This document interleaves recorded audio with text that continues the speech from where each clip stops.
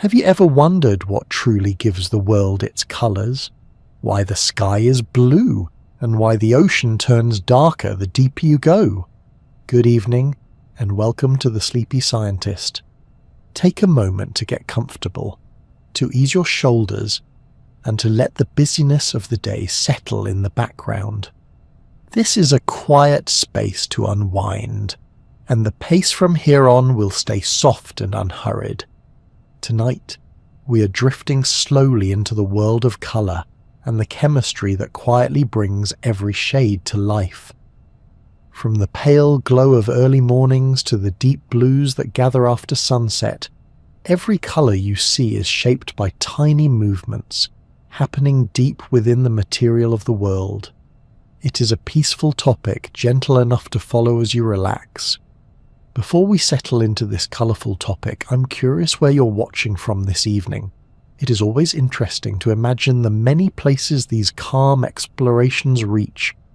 Cosy rooms, quiet corners, distant cities, and everything in between. If you enjoy these relaxed journeys into science, a like and a subscribe would be greatly appreciated. And to those already subscribed, thank you. Your support genuinely helps these bedtime explorations continue. If you would like to, tapping the notification bell will make sure you never miss the next gentle dive into curiosity. So take a slow breath, settle in, and let this quiet unfolding of chemistry and colour guide you toward rest. What if every shade you see is really light, reshaped by the tinier structures of the universe? Colour may seem simple at first glance, yet the path that creates it runs surprisingly deep.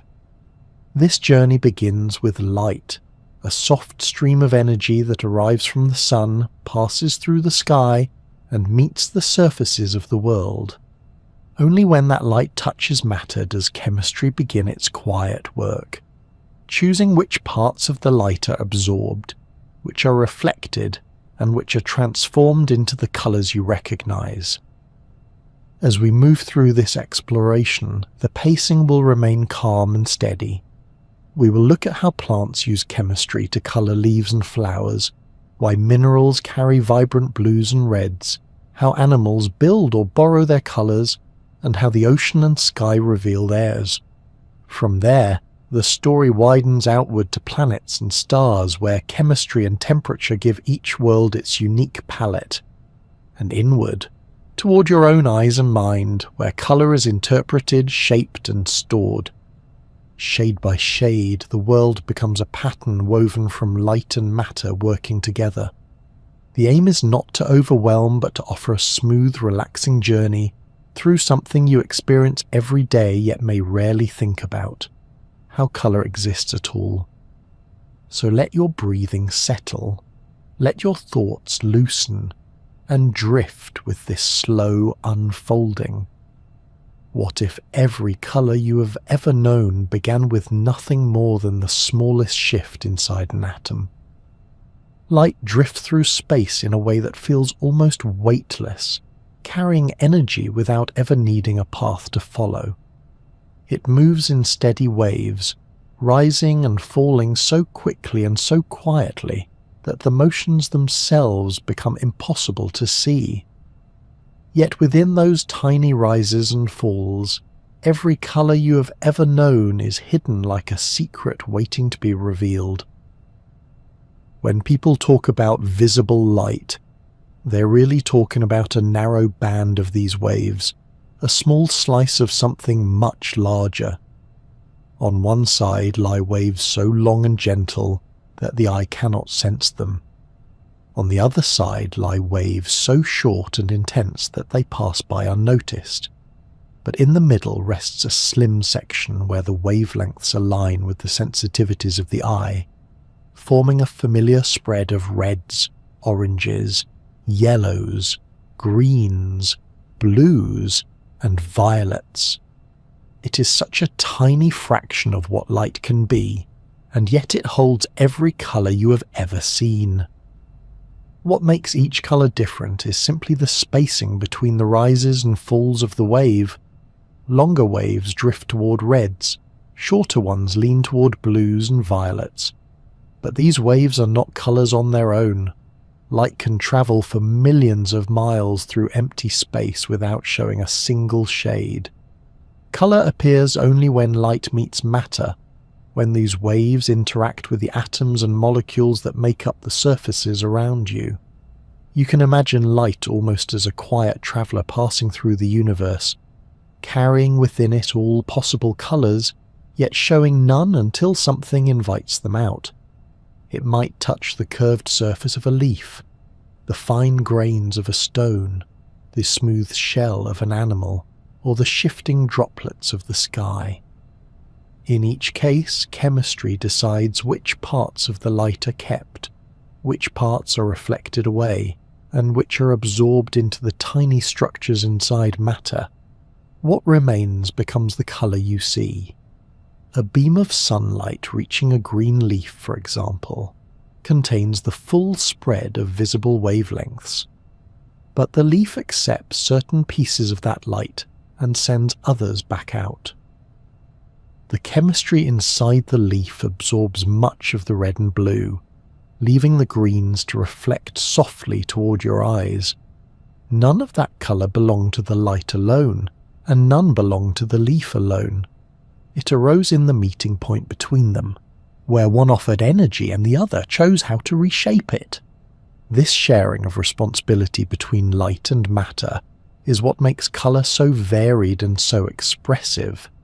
The same beam of light striking a rose petal becomes a warm red. The same light touching the surface of a clear sea becomes blue. And that very same light scattering through the air at sunset becomes orange or pink or gold. Light carries possibilities. Matter decides which ones to reveal. Even the rhythm of sunlight during the day changes how colour appears. Morning light tends to be softer, leaning gently toward warmer tones because of the angle at which it enters the atmosphere. Midday light becomes sharper, carrying a cleaner blend of wavelengths.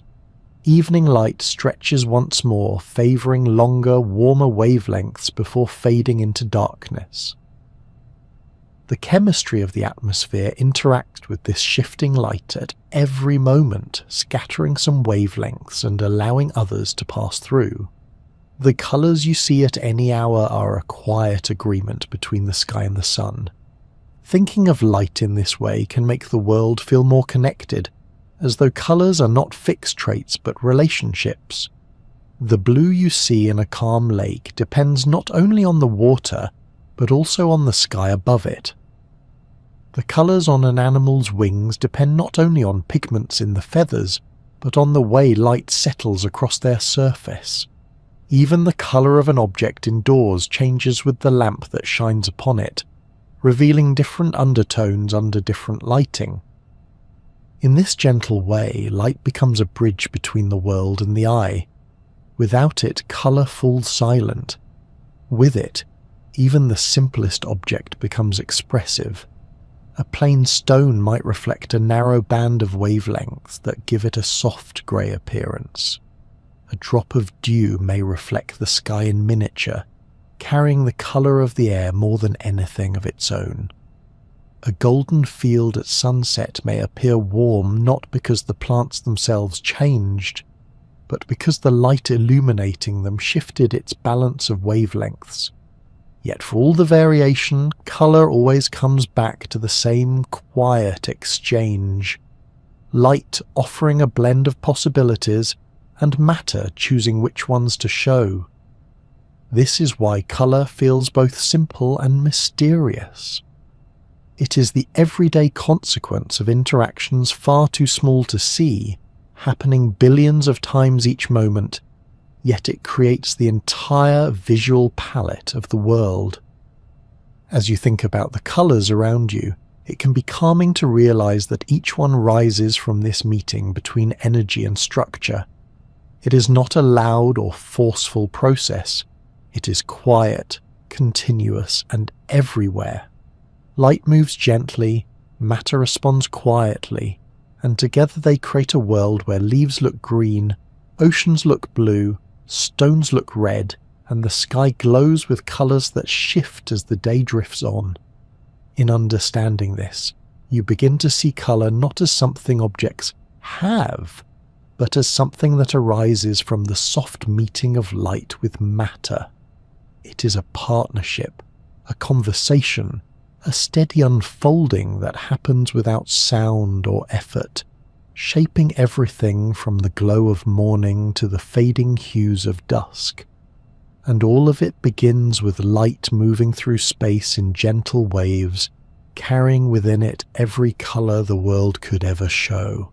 Atoms sit at the heart of everything you see, yet they're so small and so quiet that their influence is easy to overlook.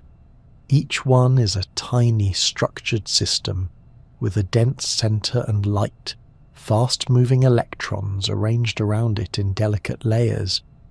These layers are not random. They follow patterns, almost like steps on a staircase so small it exists beyond sight. And it is within these steps that the very first hints of colour begin.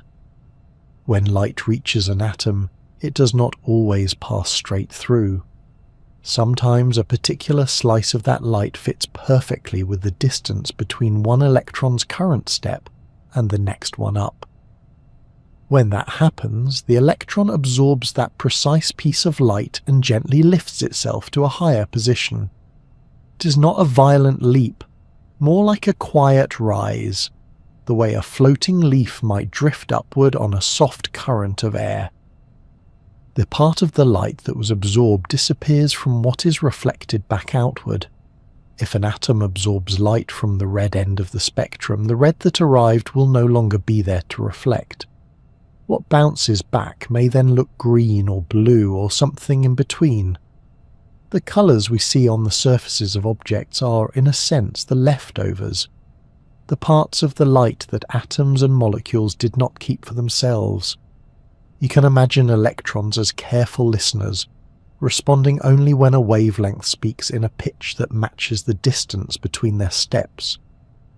Some atoms respond to very narrow ranges, absorbing just a few precise colours. Others respond to a slightly broader band. In every case, the pattern of layers inside the atom decides which parts of light are allowed in and which are reflected away. Because every element has its own arrangement of electrons, each one interacts with light in a slightly different way. Hydrogen responds to certain colours, sodium prefers different ones, copper, iron, neon, helium. Each one has its own quiet fingerprint, a set of wavelengths it absorbs and a set it lets pass. This is why some elements glow with distinctive colours when heated. It is why certain minerals have hues that feel instantly recognisable. It is why laboratory lamps containing different gases light up in different shades. The atomic structure gives each element a personality and light. These electron steps are spaced with extraordinary precision.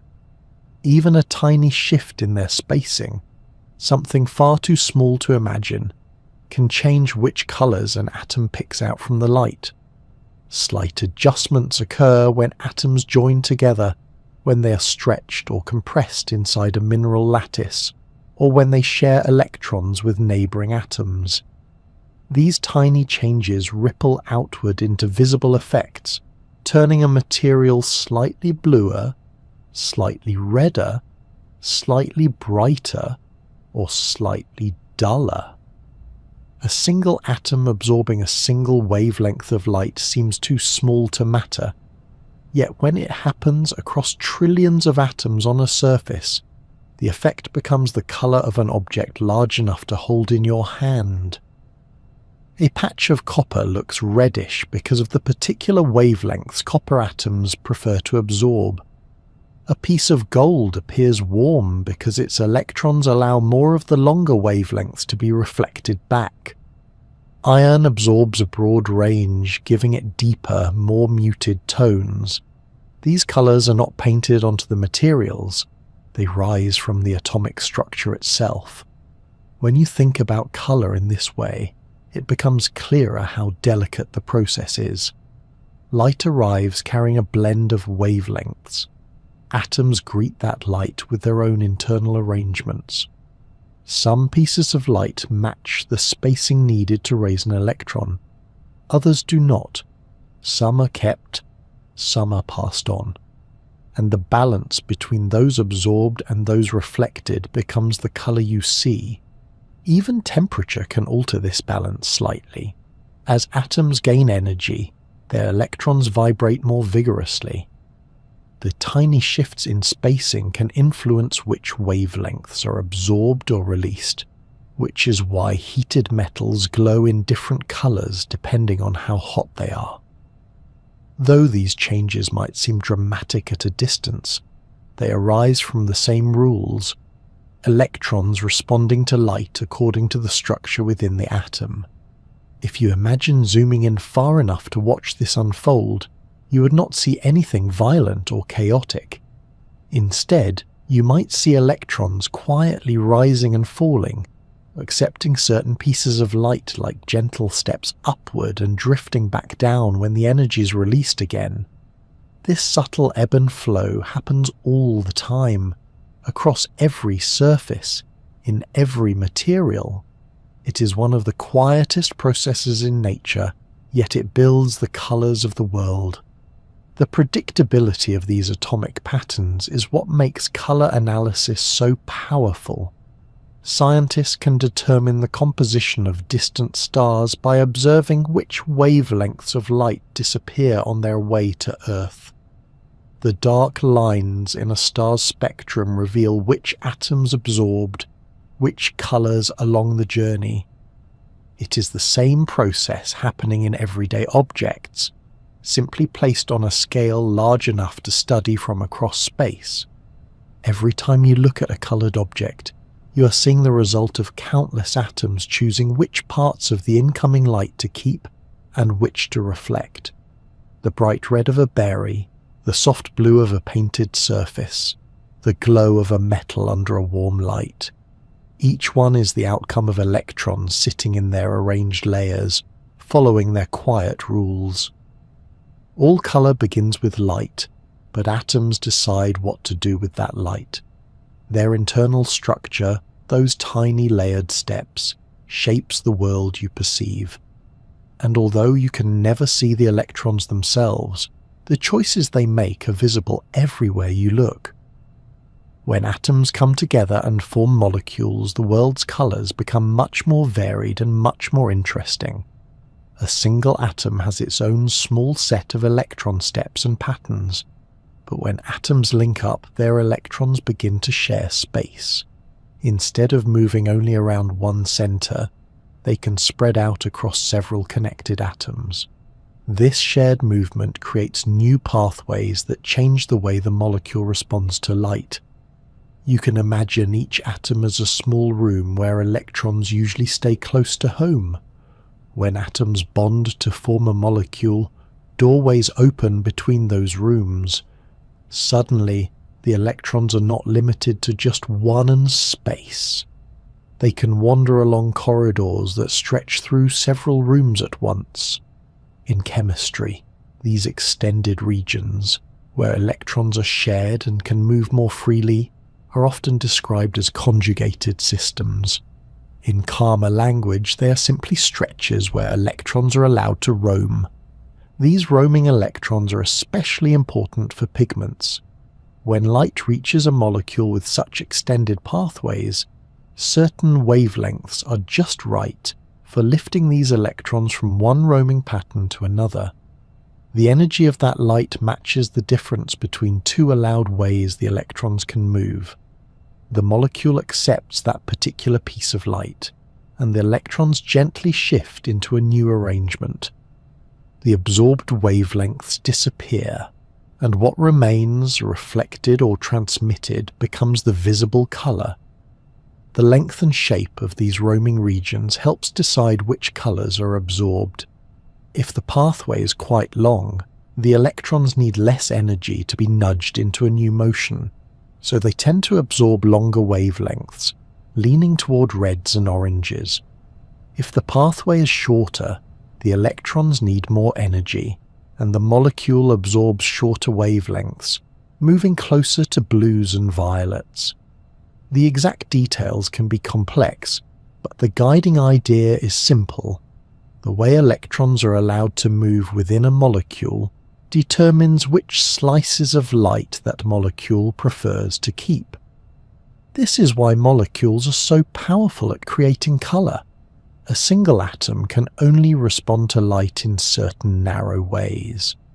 A molecule, with its flexible shapes and shared electrons, can be tuned to interact with very specific parts of the visible spectrum. By changing the length of a chain, bending a ring, adding a side group, or altering the overall shape, nature and chemists can adjust a pigment's colour, shifting it from yellow to orange, from red to purple, or from blue to green. You see the results of this tuning everywhere. Chlorophyll, the pigment that colours leaves green, has a large ring structure with a central metal atom and extended electron pathways around it. These pathways are just right for absorbing much of the red and blue light that arrives from the sun.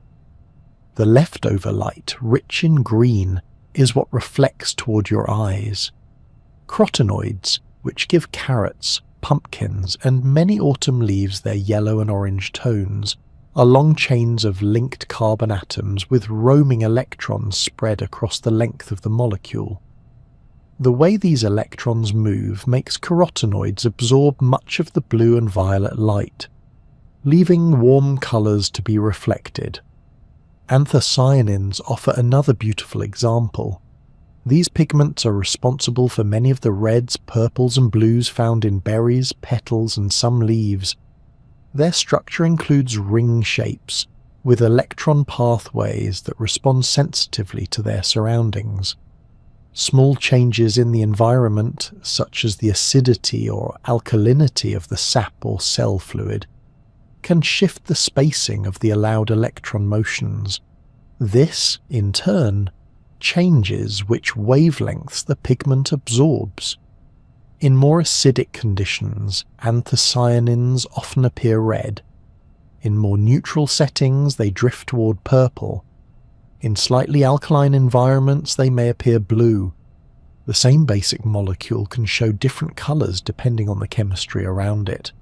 This sensitivity is why some flowers can change colour as the soil conditions change, and why certain foods or plant extracts shift from red to blue when a kitchen ingredient alters their acidity. It is also why some pigments seem moody, bright in one context and dull in another. Their electron pathways are not fixed, they respond gently to the world around them. Not all pigments are so changeable. Some molecules hold their shapes firmly, and their electron pathways remain steady despite changes in their environment. These pigments produce stable, reliable colours. They are the ones that linger in old photographs, in well-preserved fabrics, or in artworks that have survived for centuries. Other pigments are more fragile, and the light that gives them colour can slowly cause them to break apart. When the molecule changes, the electron pathways change too, and the pigment no longer absorbs and reflects light in the same way. The result is fading, bleaching, or a shift to a duller tone. This is why strong, vibrant pigments feel different from softer, muted ones. A strong pigment has clear, well-defined pathways and absorbs tightly around specific wavelengths, producing a pure, intense colour. A muted pigment may absorb more gently, spread its absorption over a broader range, or reflect a mixture of wavelengths that blend into a softer shade. The difference between a bright, sharp red and a dusty, gentle rose tone often comes down to how precisely the electrons in the molecule interact with incoming light. In living systems, pigments have jobs far beyond decoration.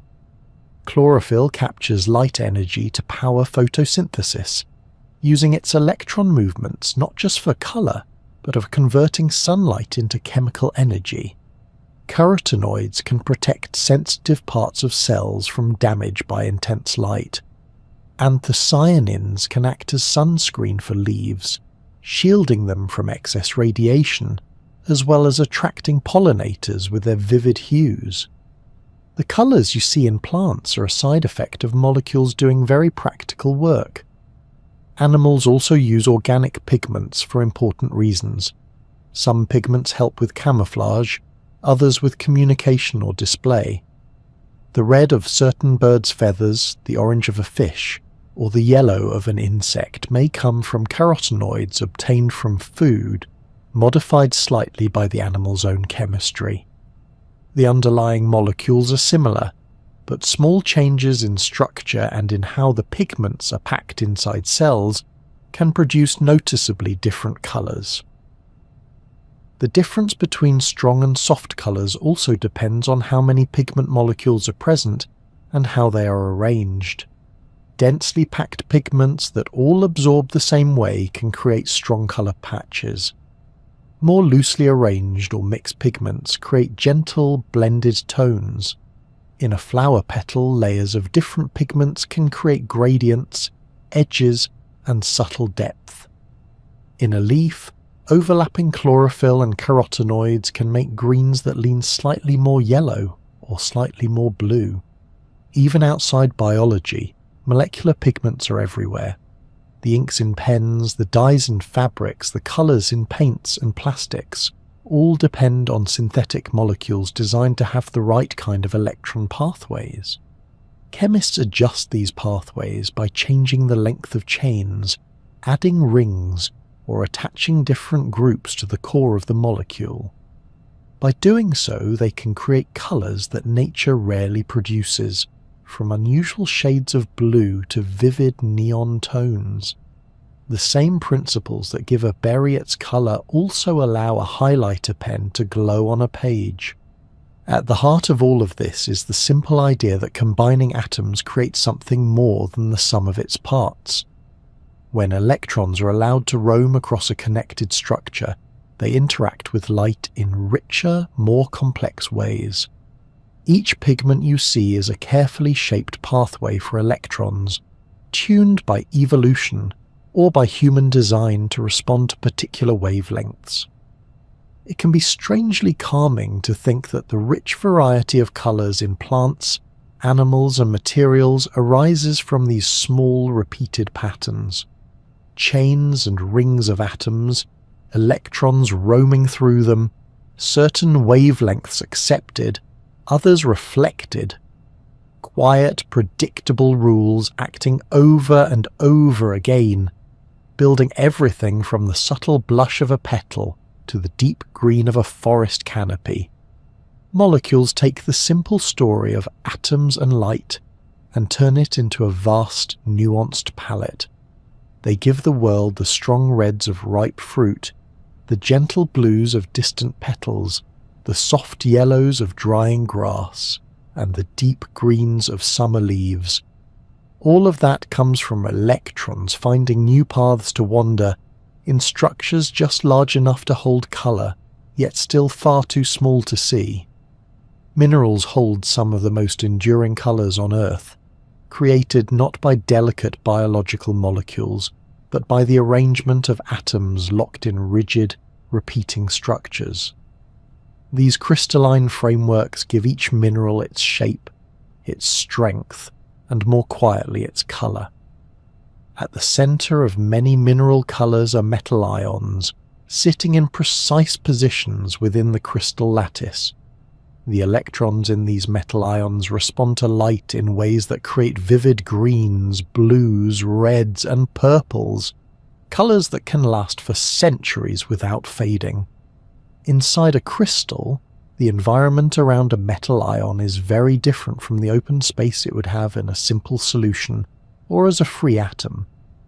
The ions around it, tightly arranged in the lattice, create forces that split the electron pathways into slightly different levels. Light arriving at the mineral offers energy, and certain wavelengths match the small energy differences between these split pathways. When those wavelengths are absorbed, the missing colors shape the reflected color we see.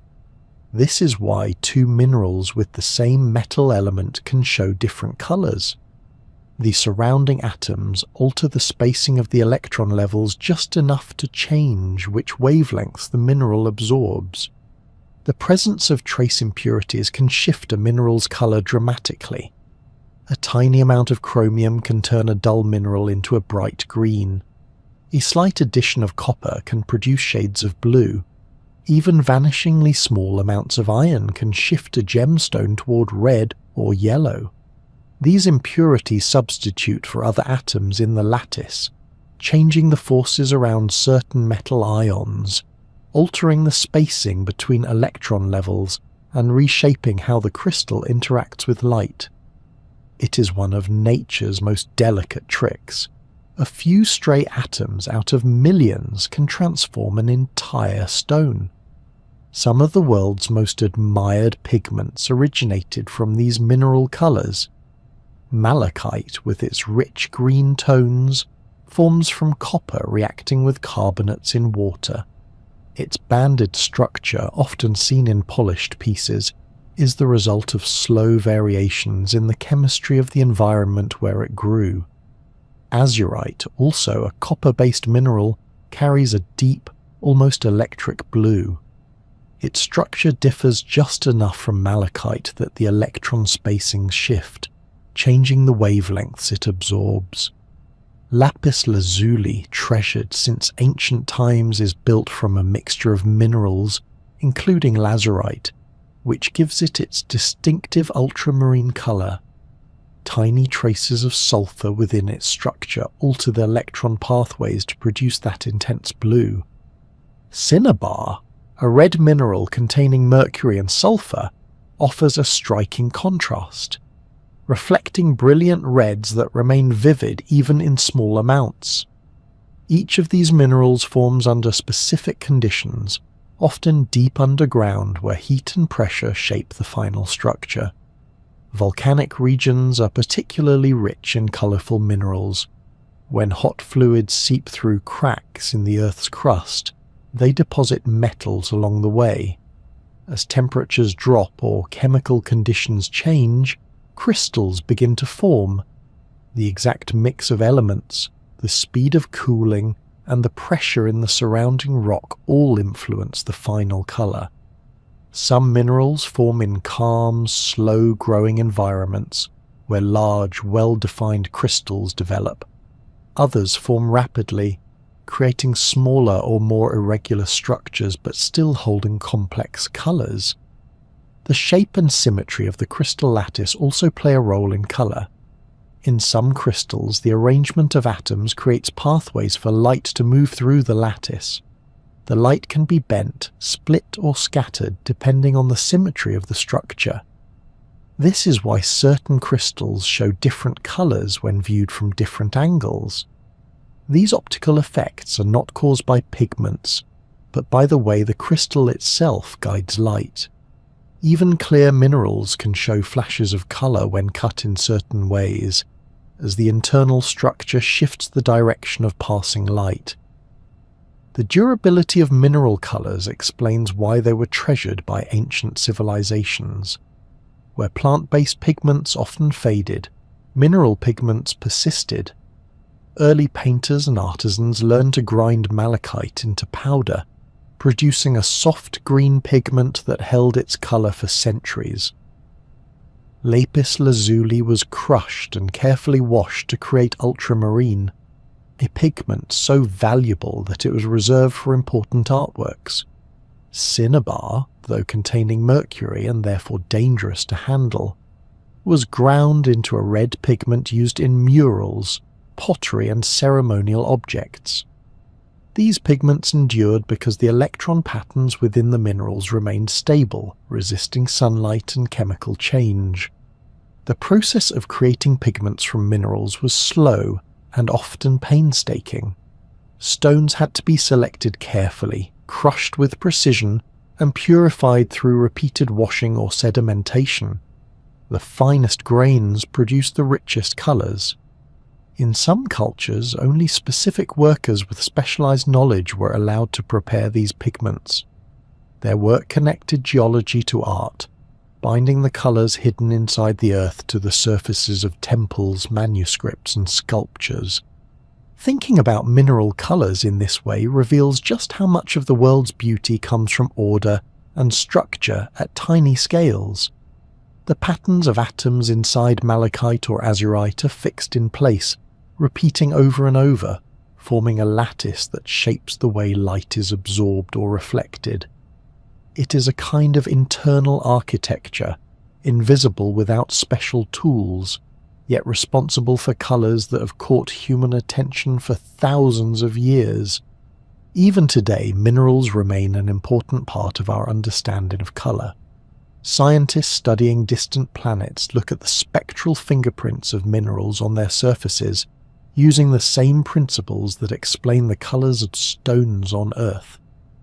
The ways in which metal ions absorb and reflect light can reveal the composition of a rocky world orbiting a distant star.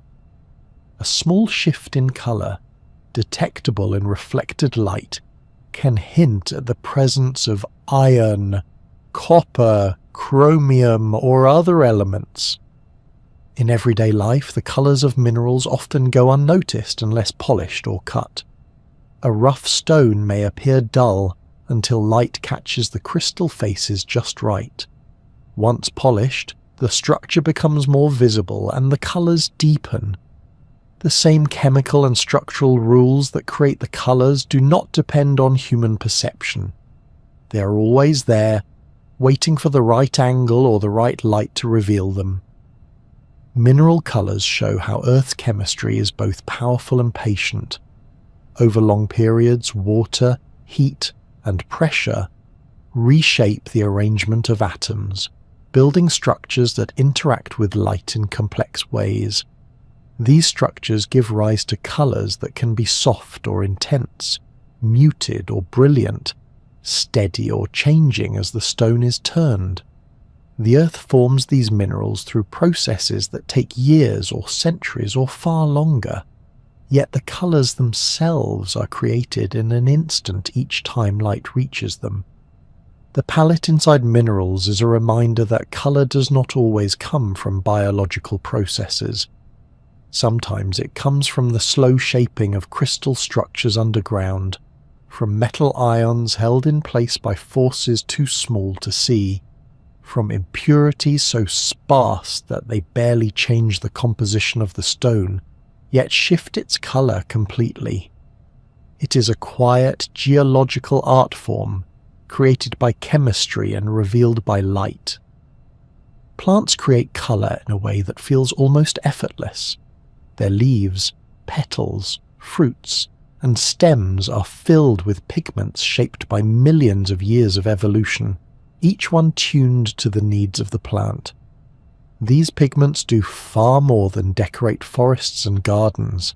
They help manage sunlight, attract pollinators, signal ripeness, deter hungry animals, and protect delicate tissues from harsh conditions.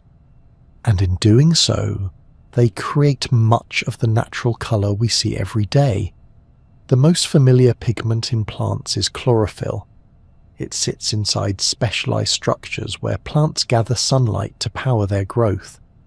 Chlorophyll is tuned to absorb the parts of sunlight that carry the most energy for photosynthesis, especially reds and blues. What remains, after chlorophyll has taken what it needs, is light rich in green.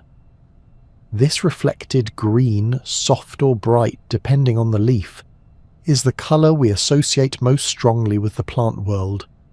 Yet chlorophyll does not work alone. It is only one voice in a larger chemical choir. Alongside chlorophyll are the carotenoids, warm pigments responsible for yellows, oranges, and some kinds of gentle reds. Carotenoids are stable molecules with long electron pathways that reflect warm tones easily and consistently. In many leaves, they remain hidden beneath the stronger green of chlorophyll. Once the chlorophyll fades, the carotenoids step into the light, revealing the yellows and oranges that define autumn landscapes. These pigments are also common in fruits and flowers, where their colours attract animals, signal ripeness, or help draw in pollinators. Another family of pigments, the anthocyanins, add deep reds, purples and blues to plants. These molecules are versatile and sensitive to their surroundings, shifting colour depending on the acidity of the fluid within plant cells. In more acidic conditions, anthocyanins appear red. In more neutral settings, they drift toward purple. In slightly alkaline environments, they move toward blue. This is why certain flowers can take on different shades depending on the soil they grow in. It is also why some berries look almost black in one setting, yet show a reddish tone when held to the light. Flavonoids, a broader family of plant compounds, help create many lighter colours and subtle tones. They often work alongside other pigments, shaping the appearance of petals, young leaves, and fruit skins. Some flavonoids act as natural sunscreens, absorbing harmful ultraviolet light to protect delicate tissues. Others act as attractants for insects, reflecting colours that pollinators can see more easily than humans can. The colour changes seen in autumn are a combination of these pigments responding to the end of the growing season. As the days shorten and temperatures drop, plants begin to break down their chlorophyll. Without chlorophyll's strong green reflection, the colours underneath, the carotenoids, become visible.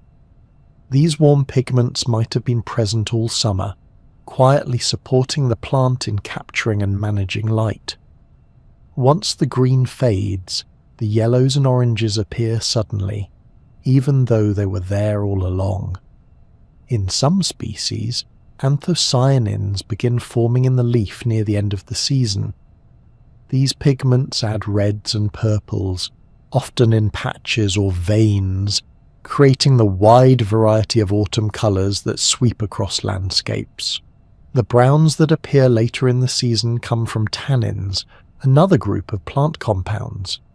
As other pigments break down, tannins remain, producing the muted tones that mark the final stage before a leaf falls.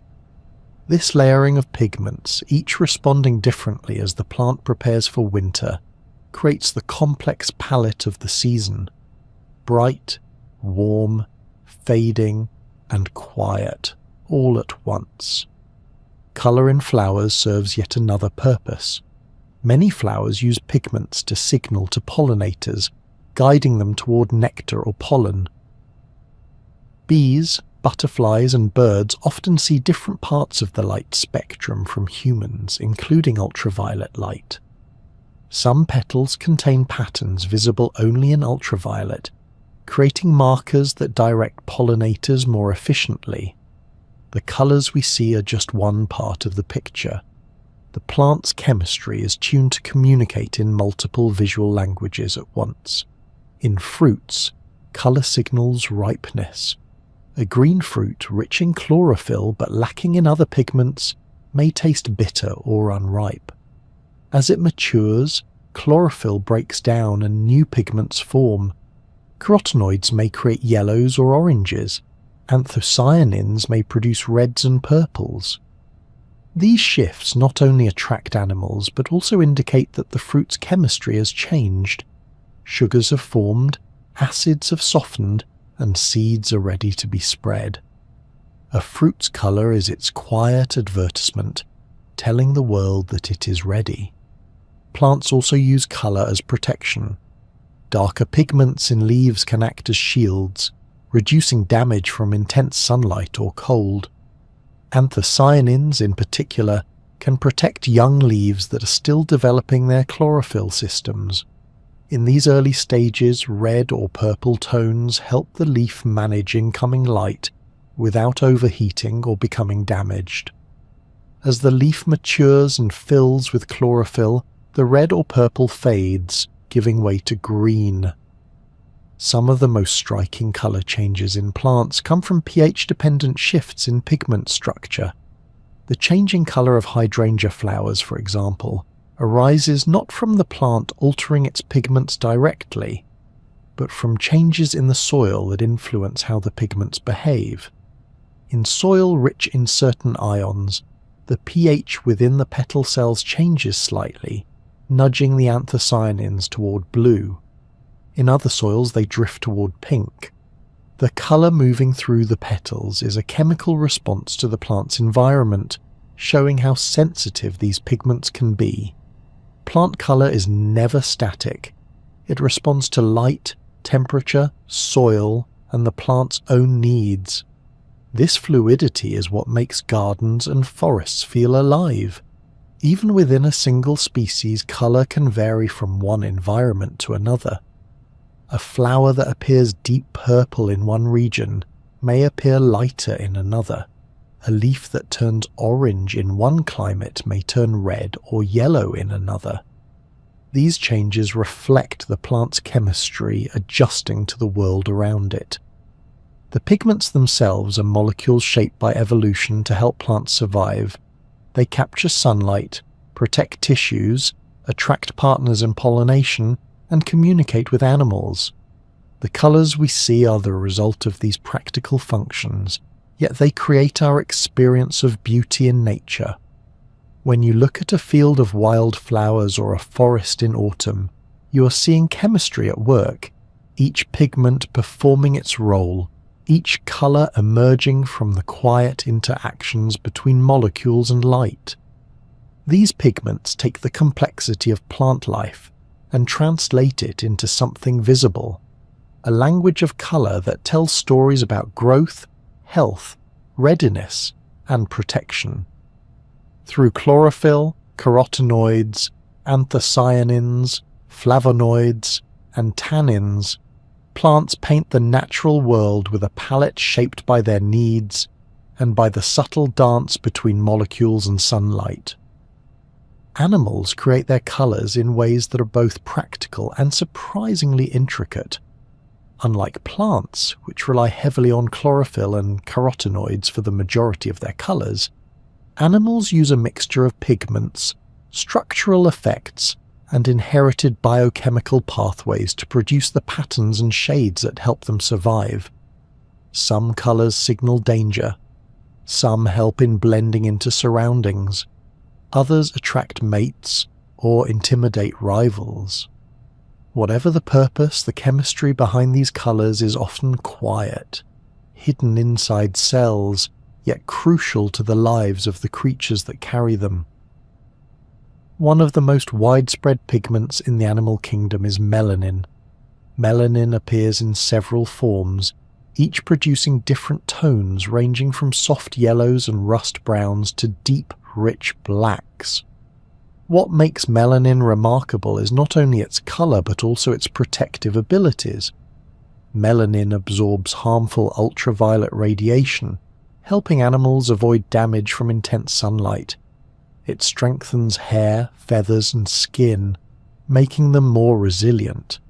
It even plays a role in camouflage, allowing animals to blend into their environments more effectively.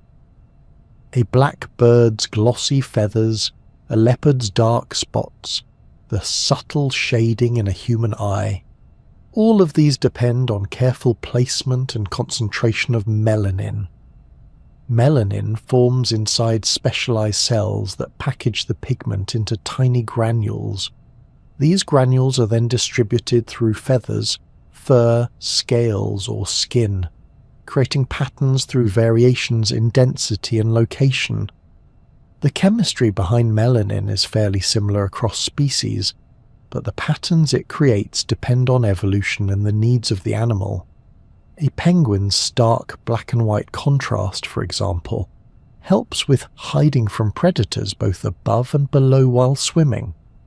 A desert lizard's sandy browns and muted tones help it disappear into its environment.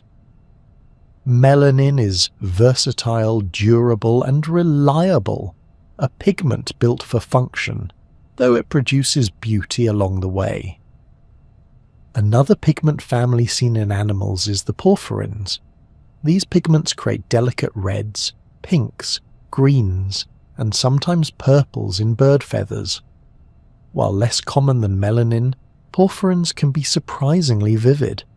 They form through chemical pathways related to those used in making hemoglobin, the pigment in blood.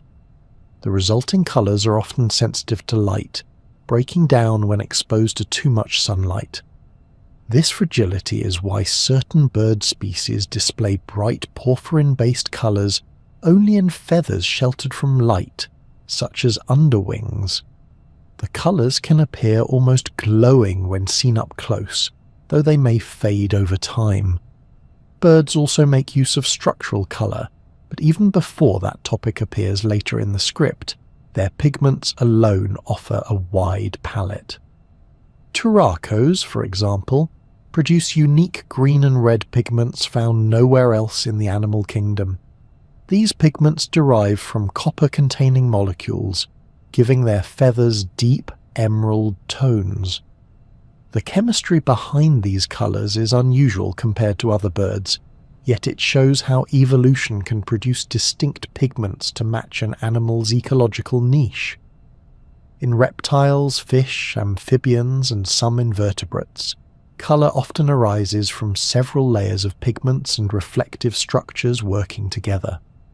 Reptiles such as chameleons have cells containing yellow, orange, and red pigments near the surface, layered above cells with reflective crystals that scatter light.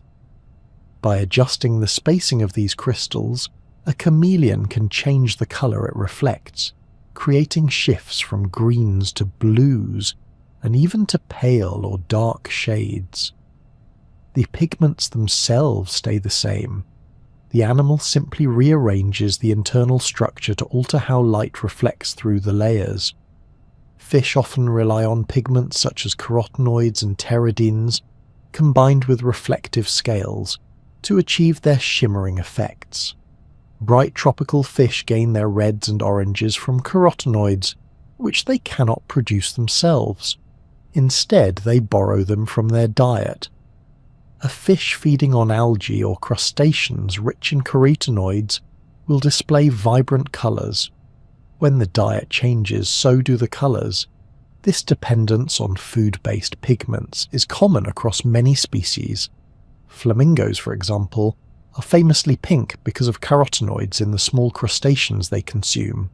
Without those pigments, their natural colour would be a far more muted grey-white. Amphibians add another layer of complexity. Many frogs and salamanders produce pigments known as pteridines, which contribute to yellows and some greens. These pigments often combine with structural features to produce the final colour, blending chemistry and optical effects. The chemistry is rarely simple, but the goal is usually tied to survival, warning predators, competing for mates, or blending into surroundings. Some animals synthesize their own pigments, such as melanin or specific pteridines. Others borrow what they need from their food. Carotenoids are the most commonly stolen pigments, taken in through diet and deposited into skin, feathers, or scales. This connection between diet and colour is one reason why zookeepers sometimes adjust the diets of captive animals to maintain their natural colours.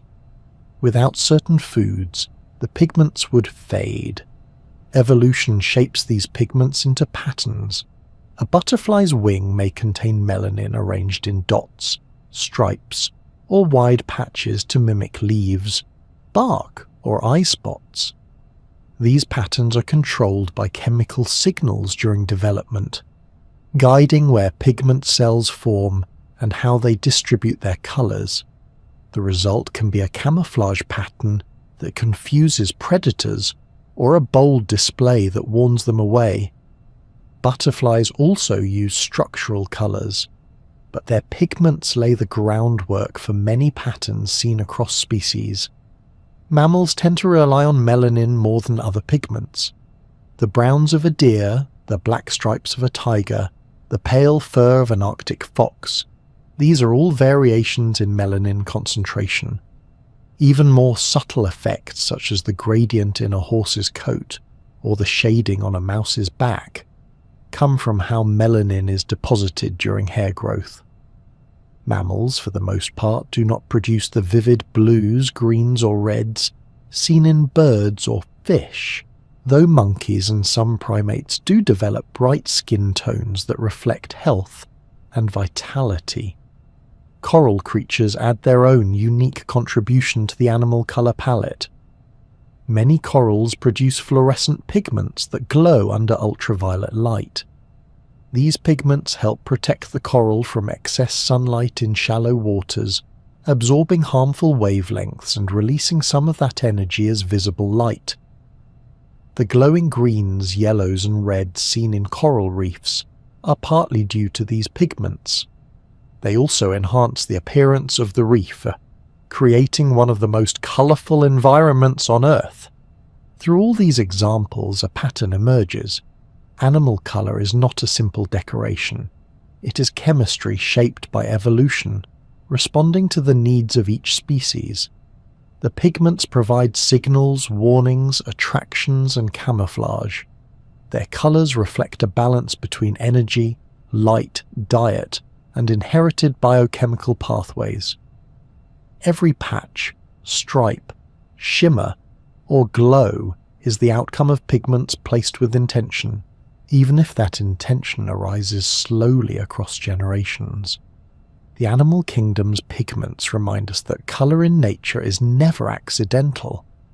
Whether created within the animal, borrowed from food, or combined with structural effects, these pigments give animals the ability to communicate, hide, attract, or protect. The chemistry behind them is often small and quiet, but the results shape the visual world in ways that are impossible to ignore. Some of the most striking colours in nature do not come from pigments at all. They arise from structure, from patterns so small and precise that they bend and scatter light in ways pigments could never achieve. These colours often appear brighter, deeper, or more luminous than anything produced by molecules alone. They shimmer, shift, and glow depending on the angle of the light and the position of the viewer, giving them a quality that feels almost alive. Structural colour works through microscopic architecture. Instead of absorbing certain wavelengths and reflecting others, as pigments do, these tiny structures manipulate the path of light itself. Light waves bounce between layers, reflect off ridges, or scatter through repeating patterns.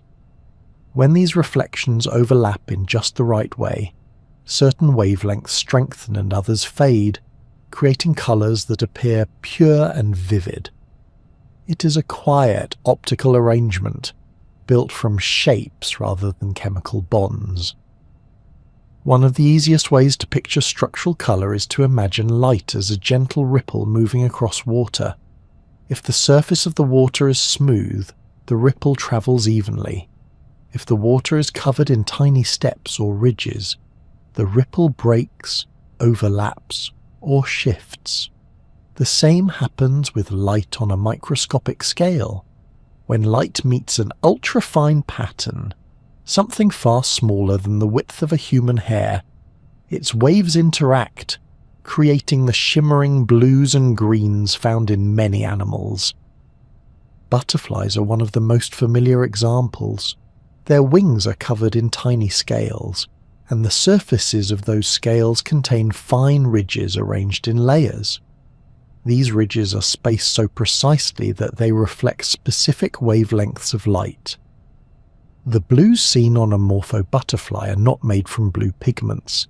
They are made from repeated structures that bounce light in ways that reinforce blue wavelengths and cancel out others. The result is a blue so vivid that it seems to glow.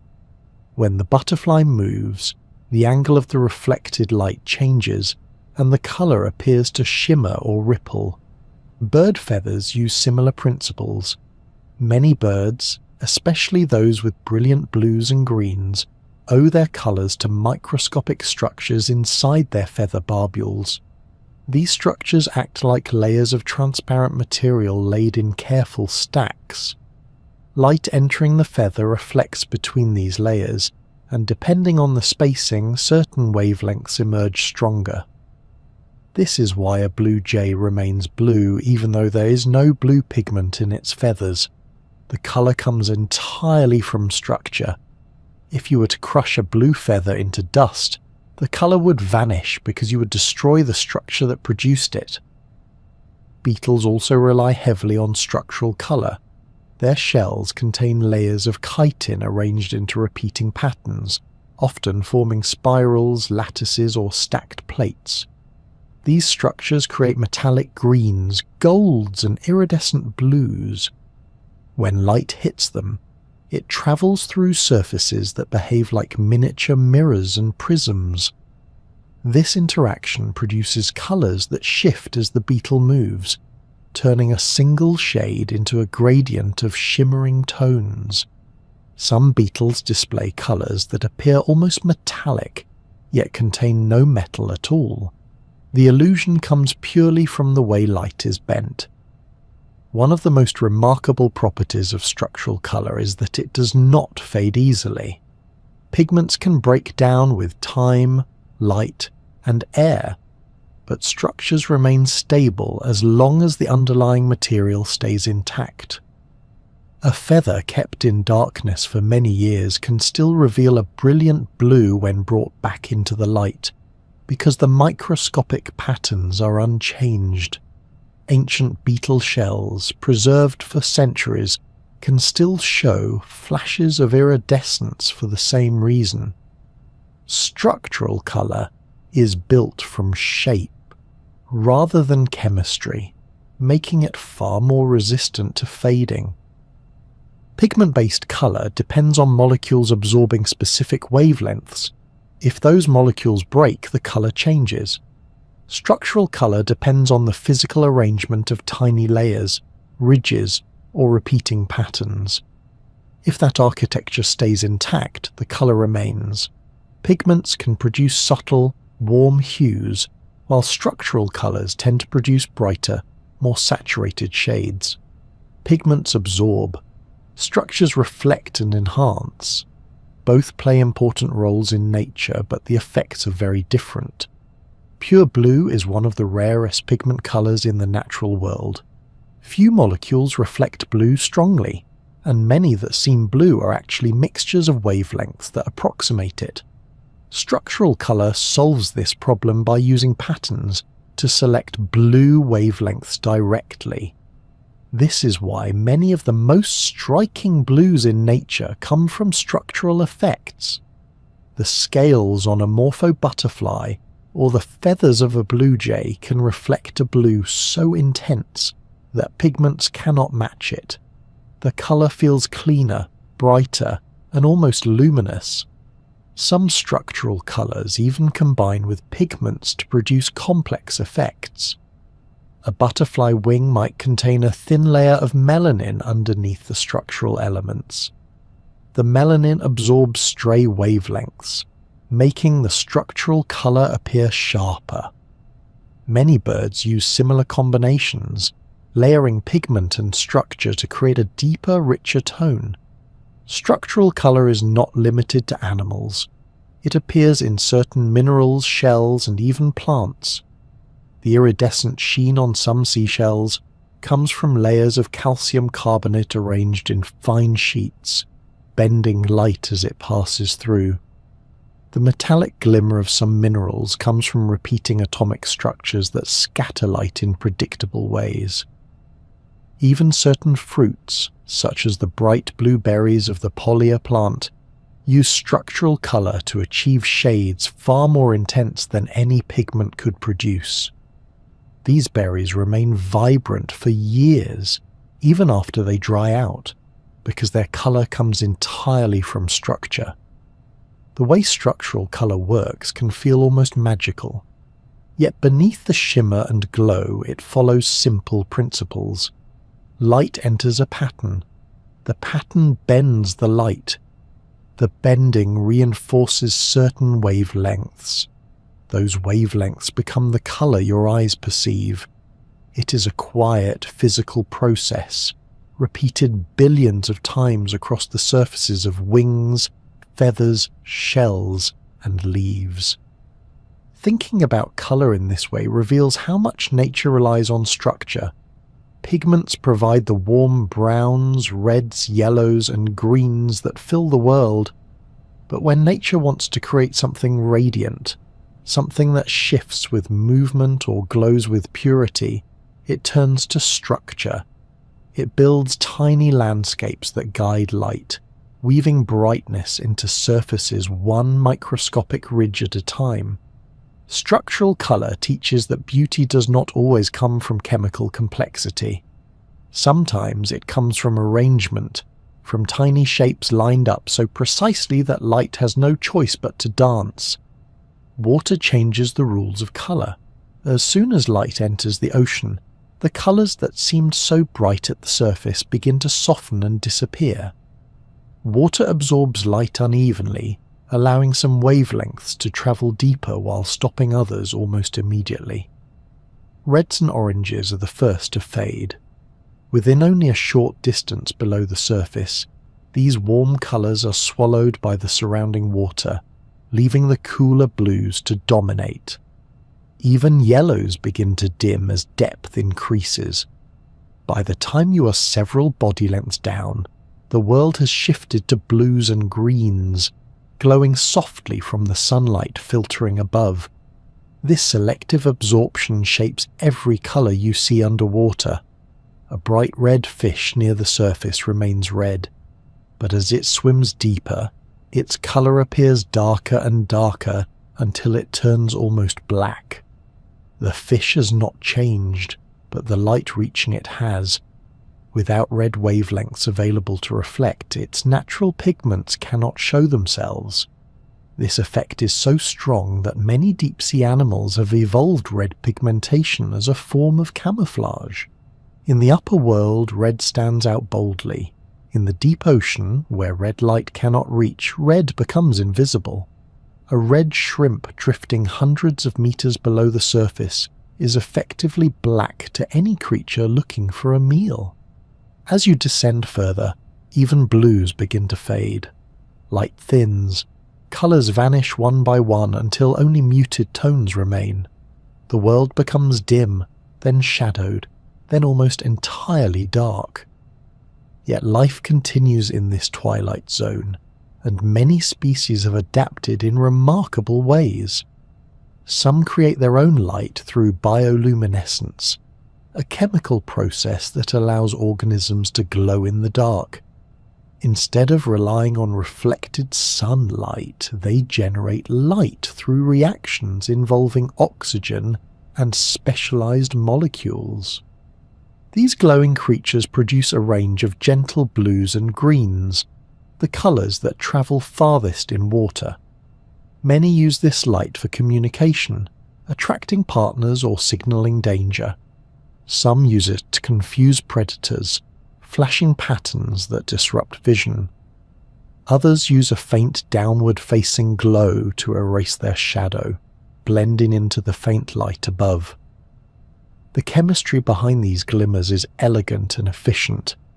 A molecule holds a small store of energy. When it reacts with oxygen, the energy is released as light instead of heat. It is a quiet process, soft and controlled, perfect for the stillness of deep water. Not all underwater colour comes from bioluminescence. In the sunlit shallows, algae and coral reefs show a far broader palette. Algae contain pigments that help them capture light for photosynthesis, similar to the way plants do on land. Greens are common, but reds, browns, and even purples appear depending on the species and the depth. Red algae often thrive in deeper waters within the sunlit zone because their pigments capture the wavelengths that remain available. Brown algae rely on pigments that help them gather light even when competition or water movement reduces brightness. Coral reefs display colours that come from a combination of chemistry and biology. The corals themselves contain pigments that protect their tissues from intense sunlight in shallow waters. These pigments often appear brown or golden. The vibrant blues, greens and pinks seen in many corals come from symbiotic algae living inside their tissues. These algae carry their own pigments, providing energy to the coral while creating a glowing appearance in the process.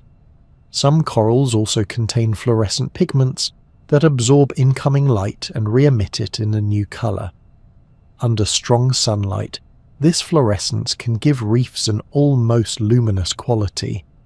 As you move from shallow water to deeper regions, the colors change smoothly. Near the surface, light creates bright patches of gold, green, and turquoise. A little deeper, the warm tones fade and only cool colors remain. Below that, greens dim to dark blue, and blue dissolves into shadow. There is a moment, somewhere between these layers, when the last hint of color gives way to an indistinct grey-blue.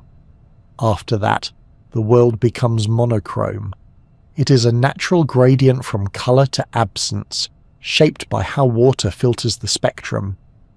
The animals living at different depths align their pigments with their surroundings.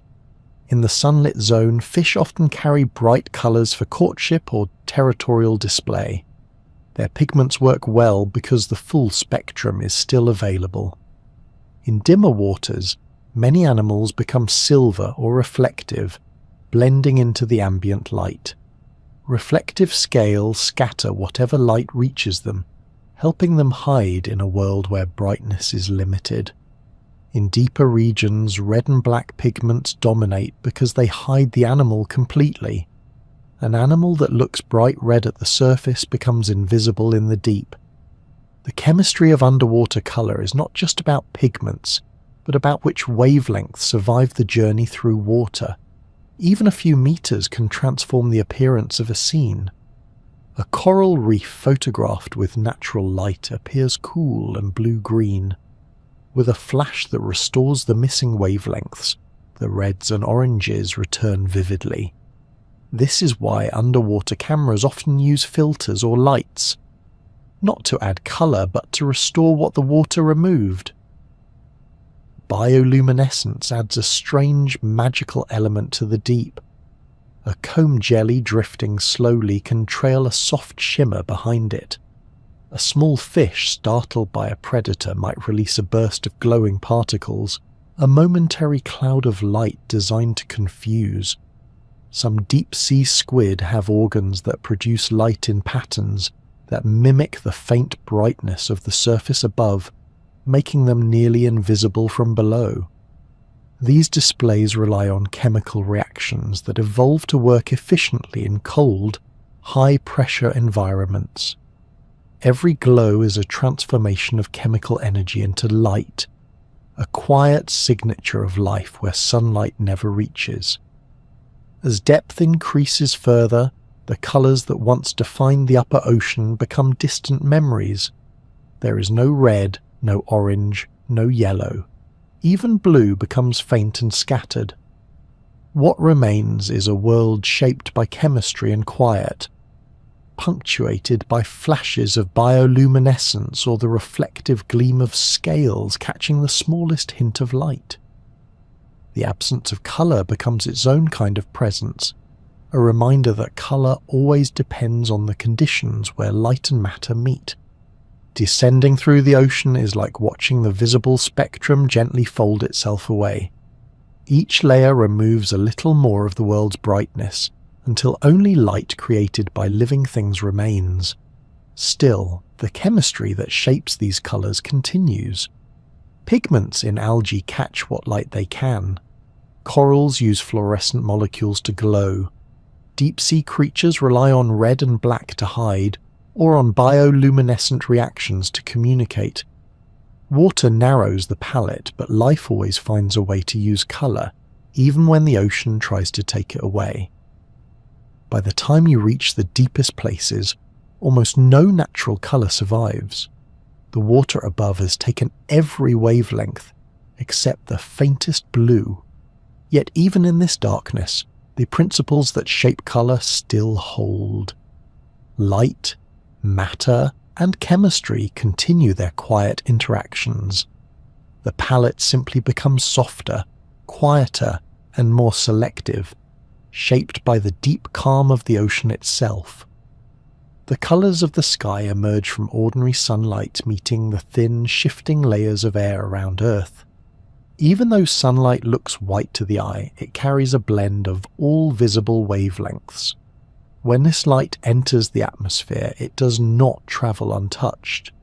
It meets molecules of nitrogen and oxygen, tiny particles of dust, droplets of moisture, and crystals of ice.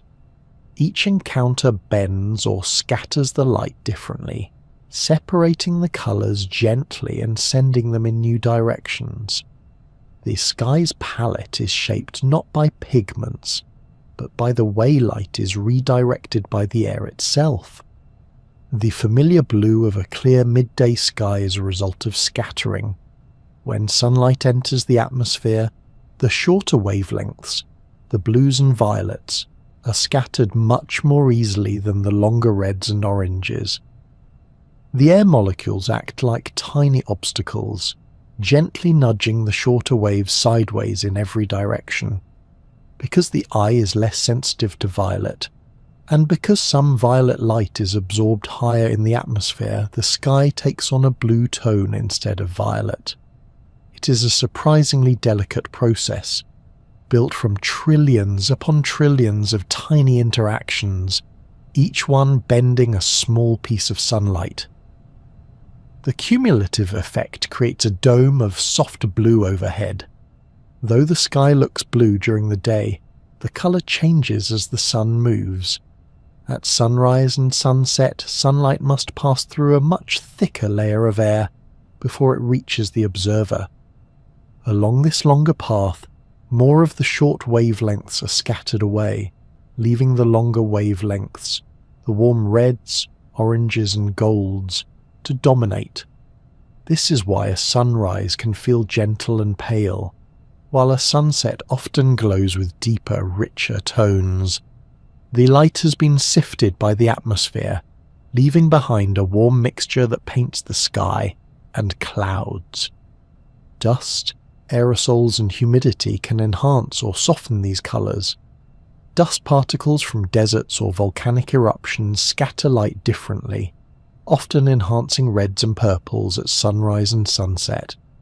Aerosols from natural sources or human activity can make the colours appear hazy or muted. Water droplets in humid air scatter more light overall, often producing pastel tones. Even a thin veil of high-altitude ice crystals can reshape the sky's colours, producing halos or shifting the light into gentle glows.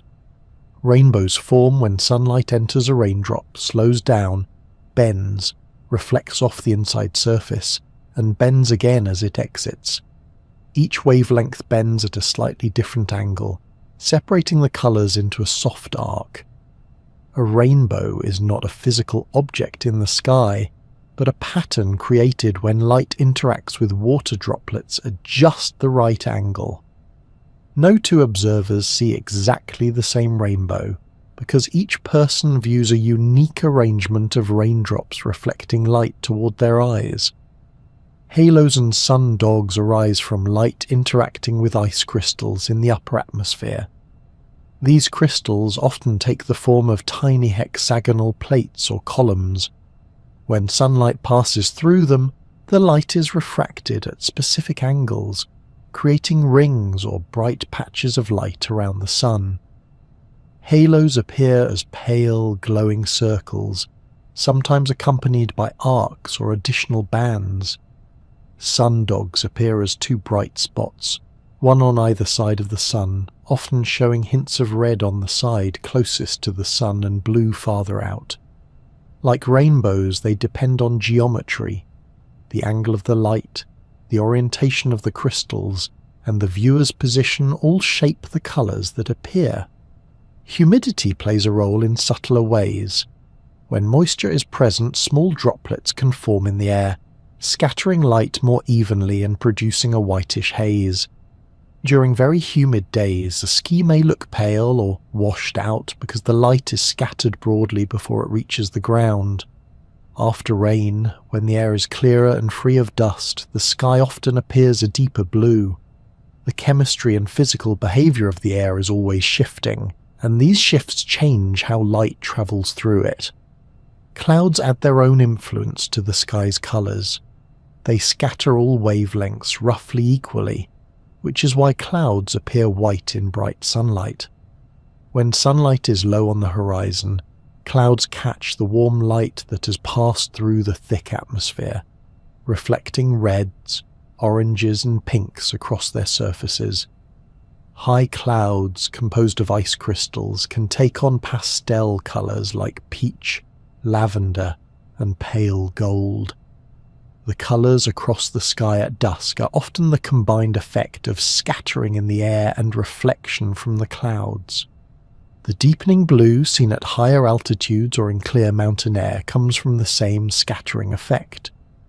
With fewer particles to interfere and less moisture to dilute the light, the sky appears cleaner and more saturated. Astronauts orbiting the Earth describe the sky as transitioning sharply from deep blue to black because there is almost no air to scatter the light. The color depends entirely on how much atmosphere lies between the observer and space. Light can also be polarized by scattering. This means the light waves vibrate more strongly in certain directions. Birds, insects, and some other animals can detect these subtle patterns, using them for navigation. Though humans cannot see polarized patterns directly, polarized lenses reveal them, showing how widespread the scattering effects truly are. The colors of the sky are constantly changing because the atmosphere itself is always in motion. Dust levels rise and fall, humidity shifts, sunlight angles change, wind carries particles from one region to another, and clouds rearrange the light. Each moment offers a slightly different version of the same fundamental interactions. The palette never stays exactly the same. When looking up at a clear sky, it can be soothing to remember that its color is created by countless gentle redirections of sunlight. There is nothing painted or fixed about it. It is an ongoing process shaped by chemistry, physics, and the movement of air. Even the simplest blue sky demonstrates how sensitive light is to its surroundings, responding to particles so small they cannot be seen individually. The sky's colors, from the bright midday blue to the deep reds of sunset, come from interactions that happen quietly and continuously. Light enters the air, is scattered or bent, and arrives at the eye in a blend shaped by the journey it has taken. The atmosphere acts as a vast transparent filter, redistributing wavelengths with each moment. The result is a living canvas that shifts with time and weather, offering gentle, ever-changing displays shaped by the chemistry of the air. When temperature rises, colour begins to appear in ways that feel both familiar and quietly remarkable. Heat gives atoms and molecules extra energy. As they warm, they begin to move and vibrate with greater intensity. At a certain point, they carry so much energy that they start to emit light. This gentle glow is called incandescence, and it follows a predictable pattern. A warm object may first show a faint red shimmer, then deepen toward orange as it grows hotter, and eventually shift into a bright white when the temperature becomes extremely high. The colors are not added from outside, but emerge naturally from the energy the object releases. You can see this progression in many everyday situations. A metal rod heated in a fire will first show a dull red before brightening to orange as the temperature climbs. A candle flame glows softly because the heated gases emit a warm mixture of yellows and oranges. Embers in a fireplace glow red where the wood is cooling and brighter orange where it remains hottest. Even the coil inside an electric heater follows the same pattern. These colours are tied to temperature, offering a quiet and steady way to read the heat of an object without touching it. Stars follow the same rules. A cool star glows red because it emits more long wavelengths and fewer short ones. A warmer star appears orange or yellow. A very hot star glows white or even faintly blue because the heat causes it to emit stronger short wavelengths. The Sun itself appears white from space but looks yellow from Earth because the atmosphere scatters some of the shorter wavelengths. Across the universe, temperature shapes colour wherever matter becomes hot enough to glow. Heat produces colour in another way as well, especially in flames. When certain materials burn, the metal ions inside them absorb energy from the flame and lift their electrons to higher positions. When the electrons release that energy, they emit light of specific colours. This is why salts can create colourful flames. Sodium salts produce a bright yellow.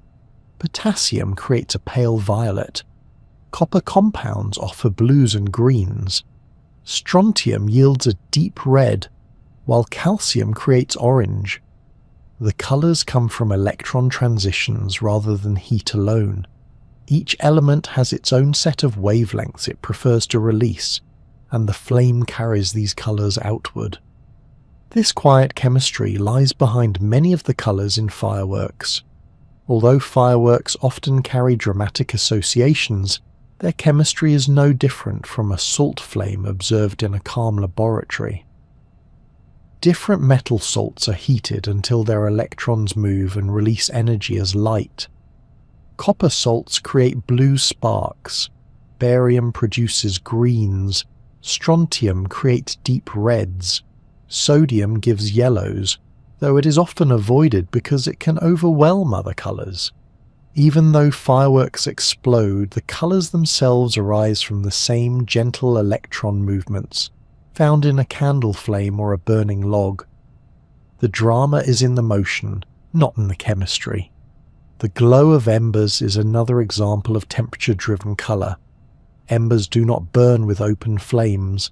Instead, they remain hot because the chemical reactions continue slowly inside the porous structure of the wood or charcoal. This steady heat produces a soft red glow where the temperature is lower and bright orange where it remains high. The light is gentle and calming, created as the heat slowly escapes from the surface as long wavelengths of light. Embers seem to pulse or breathe as the temperature shifts and the air around them moves, but the colouring is governed by the same physics as glowing metal or heated stars. Even candle flames have layers shaped by temperature. The base of the flame, where vaporized wax first heats up, glows blue because the temperature there is highest, and the light emitted has a stronger short wavelength component. The middle of the flame glows yellow and orange because tiny glowing particles formed from incomplete combustion emit warm colours as they release heat. The outer edge, where the flame meets cooler air, becomes softer and more transparent. The shape and colour of a candle flame are controlled by temperature gradients, chemistry, and the movement of rising gases. The colours of hot metals follow predictable patterns as well. Blacksmiths have long understood the connection between colour and temperature, using it to gauge the readiness of iron or steel. A faint red glow marks the beginning of the heating process. As the temperature rises, the metal shifts toward a brighter orange, eventually appearing nearly white when extremely hot. Though the blacksmith may have learned these colours through experience, the underlying reason remains the same. Hotter matter releases light of shorter wavelengths, creating a brighter and whiter glow. Across all of these examples, heat produces colour by giving atoms and molecules enough energy to emit light directly. The hotter the object, the shorter and more varied the wavelengths it emits. At low temperatures, only the longest wavelengths become visible, so the glow appears red. As temperature increases, more of the visible spectrum joins in, moving toward orange, yellow, and white. At the highest temperatures, light extends into blue and even ultraviolet, though the latter cannot be seen by the human eye. The pattern is smooth and predictable, making colour a quiet indicator of energy. When flame chemistry and incandescence combine, the result can be especially rich. The base of a fire may glow blue from hot gases, while pieces of wood or charcoal glow red or orange from steady heat. Sparks drifting upward may carry colours from metals in the wood or minerals in the soil. Each colour tells a slightly different story about the temperature and chemistry shaping it. Understanding temperature-driven colour can make everyday scenes feel more connected. The warm glow of a lamp filament follows the same rules as a distant star. The colours in a fireplace arise from the same physics that colours the surface of planets. A small kitchen flame contains the same principles that guide the shimmering heat of molten rock deep beneath Earth's crust. No matter the scale, heat nudges atoms into movements that produce light, revealing their energy in the language of colour. Firelight, starlight, candlelight, and glowing metal all share this gentle physics. Temperature shapes the spectrum, creating a gradient from red to white that appears wherever matter is heated. The colours themselves are not forced but emerge naturally as energy flows outward. It is one of the oldest forms of visible colour in the universe, present in stars long before pigments evolved on Earth. And even in the simplest flame, the same rules continue, connecting everyday warmth to cosmic fire. Metals create colour in a way that feels different from almost everything else. Instead of relying on pigments or molecular structures to absorb and reflect specific wavelengths, metals use their electrons in a much freer, more fluid way. These loosely held electrons move easily across the surface of the metal, almost like a quiet tide that shifts and flows wherever light touches. Because of this, light does not sink into a metal the way it does into most materials. Instead, it reflects strongly, producing the unmistakable shine that makes metals appear polished even when lightly worn. This ability to reflect light comes from how the electrons in a metal behave. In most materials, electrons are tied tightly to individual atoms or specific bonds. In metals, many of the electrons are not bound in this way. They drift throughout the structure, forming what chemists often describe as a sea of electrons. For a gentle image, you can imagine them as a calm pool that spreads across the entire metal, responding instantly to incoming light. When light waves arrive, the electrons shift together, vibrating as a collective. They respond so quickly and efficiently that the light is sent back outward, producing the bright mirror-like surface we associate with metals. Because metals reflect such a broad range of wavelengths, they often appear silvery or white. Silver is an excellent example. Its electrons reflect almost all visible wavelengths evenly, which gives silver its bright, almost crisp appearance. It shines because very little of the incoming light is absorbed. Gold and copper, however, behave a little differently. They both absorb a small portion of the spectrum, shaping the colours that remain. In gold, the electrons absorb blue wavelengths slightly more than others. As a result, the reflected light is richer in yellows and reds, creating the warm glow unique to gold. Copper absorbs a bit more of the green and blue region, leaving the reflected light dominated by reds and oranges.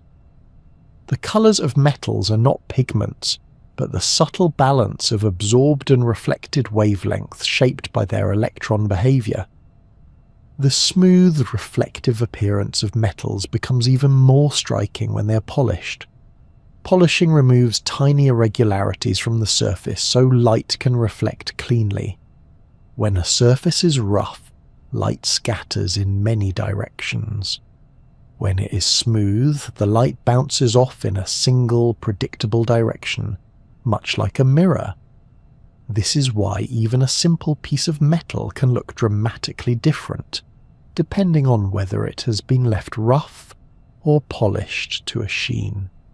The metal's internal chemistry remains the same, but the way its surface interacts with light changes the overall appearance. Metallic color also stands apart because metals do not rely on selective absorption to create most of their colors. Pigments, dyes, and natural materials absorb specific wavelengths and reflect others, creating distinct hues. Metals, by contrast, reflect nearly everything with great intensity. Their color often comes from the small portion of light that is not reflected, rather than the portion that is. This means metals tend to blur colors around them. A piece of silver may seem to take on the colors of its surroundings because its reflective surface shows whatever light falls upon it. Gold and copper also reflect their environment, though the warm tint of their absorption patterns adds a distinctive tone. The behavior of metals becomes even more interesting when placed in different conditions. Thin films of metal, for instance, can produce a range of colors, because extremely thin layers cause light to reflect in overlapping waves. These overlapping waves reinforce some wavelengths and cancel others, creating a soft spectrum of colors that appears different depending on angle and thickness. This effect, while not as common as the reflectivity of bulk metal, shows how even tiny variations in structure can influence color when dealing with metals.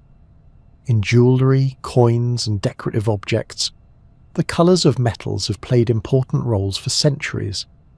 The warm glow of gold has been treasured across cultures, its color linked to both its rarity and its distinctive electron behavior. Copper has been used for tools and ornamentation, its reddish tone giving it a familiar warmth. Silver, with its bright, nearly perfect reflection of visible light, has long been associated with clarity and purity. These associations arise from the natural colors metals produce when interacting with light.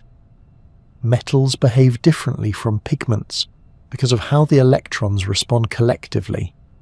When a light wave strikes a pigment, only certain electrons respond, absorbing specific wavelengths. When light strikes a metal, almost all the surface electrons respond together, moving in synchrony. This movement sends most of the light away, giving metals their brightness. The richness of metallic color therefore depends on reflection rather than absorption, making the appearance of metals tied more to surface and environment than to the internal structure alone. Because of this, even small changes in alloy composition can alter the color. Adding small amounts of other elements to gold can shift its tone. A mixture of gold and copper produces rose gold, with a warm pinkish hue. Adding silver to gold can produce a paler, softer yellow. In each case, the added elements influence how the sea of electrons responds to light, subtly adjusting the balance of wavelengths reflected. Metals also remain striking because their colors tend to withstand the passage of time. While pigments can fade or break down, metals maintain their reflectivity unless tarnished or oxidized. Oxidation forms a surface layer that interacts differently with light, sometimes producing new colors. Copper, for example, forms a green patina as it oxidizes, a color that arises from the new compounds on its surface rather than the metal beneath.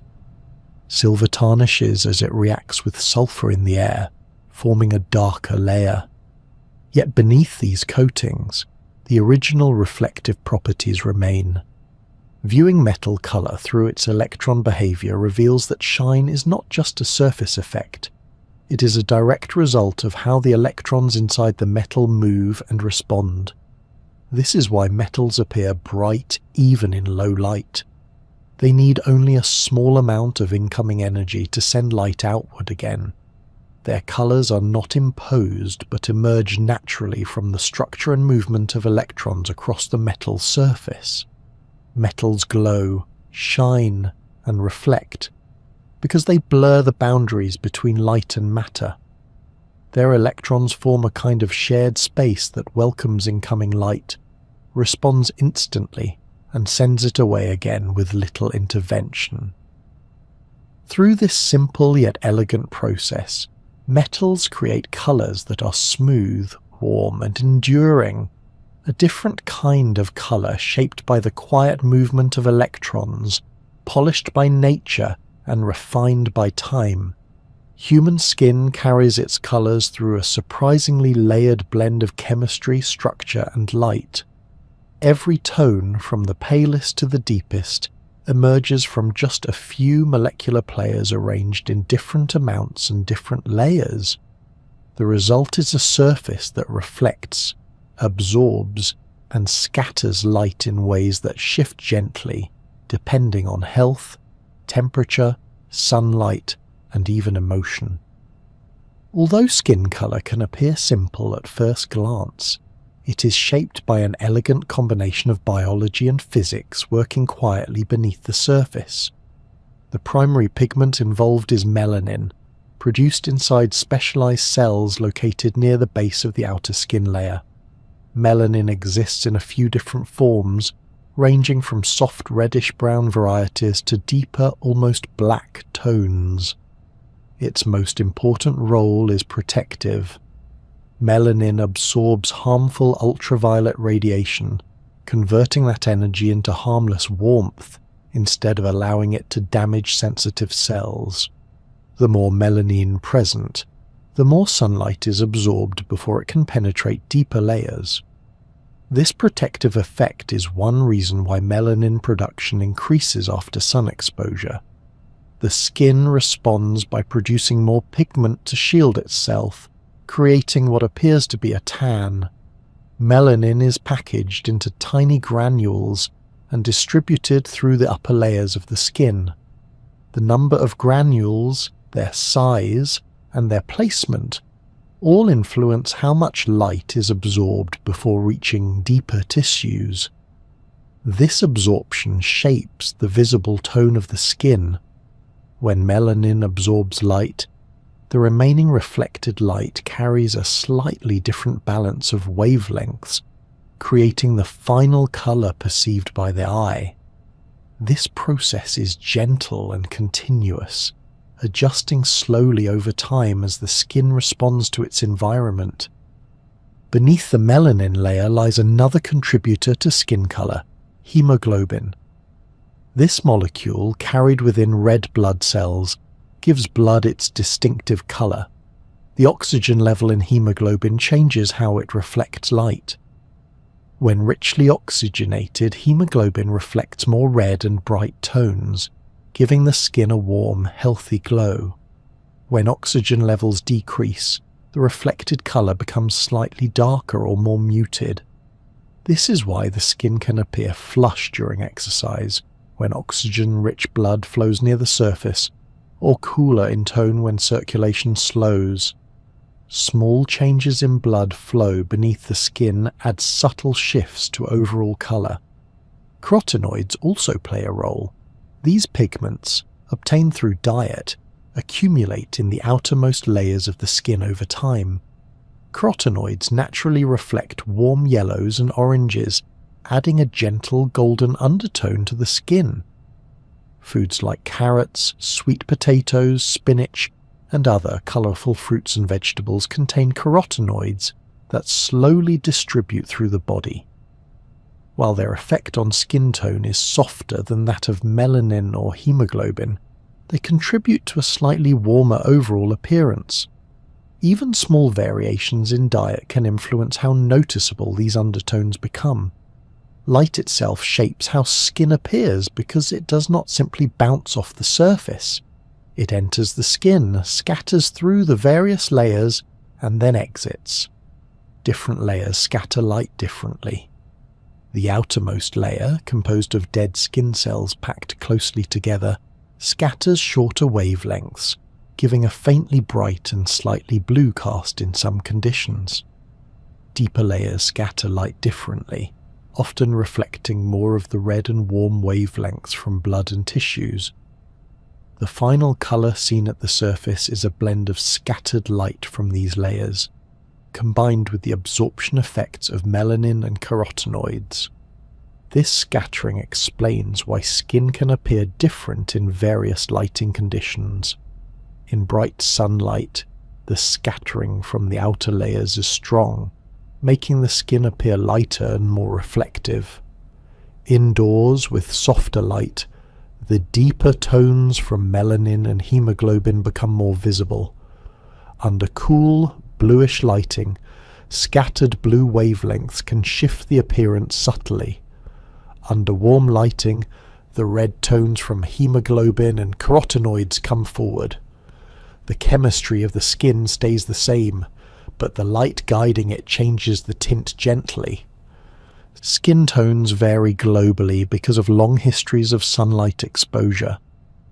In regions where sunlight is intense throughout the year, higher levels of melanin provide essential protection against ultraviolet radiation. Over countless generations, populations living in these regions developed naturally deeper pigmentation. In regions with low sunlight, where ultraviolet light is weaker, the body benefits from allowing more light to penetrate the skin, supporting the production of essential nutrients like vitamin D.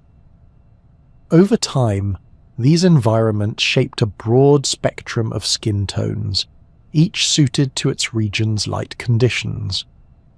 These variations are not abrupt but flow gradually across the world, forming a gentle gradient rather than distinct categories. Human skin tones exist on a continuous spectrum, shaped by sunlight patterns, ancestry, and local environmental pressures. This diversity reflects adaptation rather than difference in structure. The chemistry is shared across all people. The same types of melanin, the same scattering of light, the same layers of skin, and the same underlying biology appear everywhere. Only the balance changes. Even within a single person, skin color shifts throughout life. Hormones can influence melanin production. Sunlight changes the balance of pigment. Age affects how light scatters through the layers. Temperature influences blood flow. When someone blushes, increased blood flow pushes warm tones to the surface. When the skin is cold, reduced circulation causes a cooler tint. Small chemical changes beneath the surface create temporary variations that are part of the skin's natural responsiveness. Hair, eyes, and nails also reflect related chemistry. Melanin shapes eye color with density and distribution, determining whether an eye appears brown, green, or blue. Hair color arises from the balance of eumelanin, which creates darker shades, and pheomelanin, which creates warmer reds and golds. Nails have a natural pink tone from hemoglobin beneath their surface. All of these features respond to light in similar ways because they share common pigments and structural properties. Understanding the chemistry behind skin coloration reveals how gently balanced the process is. No single molecule creates the full effect. Instead, melanin, hemoglobin, carotenoids, and light-scattering structures work together, each contributing a small piece to the overall tone. Skin color is not fixed but dynamic, responding to the world in subtle ways throughout each day. It is shaped by chemistry, by light, and by long histories of adaptation to the sun. Seen through this lens, human skin becomes a soft, layered, scientific story, a mixture of protection, reflection, and light. Its colours are created not by simple pigments, but by the quiet interplay of molecules in the environment, forming the gentle tones that connect all people through shared biology. Colour becomes meaningful only when it reaches the eye. Until that moment, colour is simply light interacting with matter. The moment it enters the eye, it becomes something personal, shaped by biology and perception.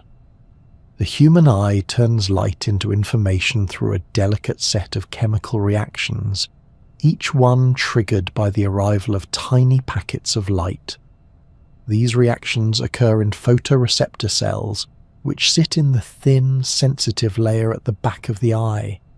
This layer, called the retina, is where colour vision begins. The retina contains two main types of photoreceptors, rods and cones. Rods are extremely sensitive to light but cannot detect colour. They allow you to see in dim environments, guiding vision at night or in low-light spaces. Cones, on the other hand, need brighter light to function, but are responsible for the colours you see. Each cone cell contains pigments that change shape when struck by a specific range of wavelengths.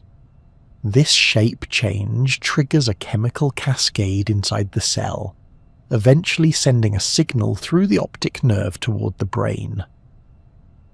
There are three main types of cones, each tuned to a different part of the visible spectrum.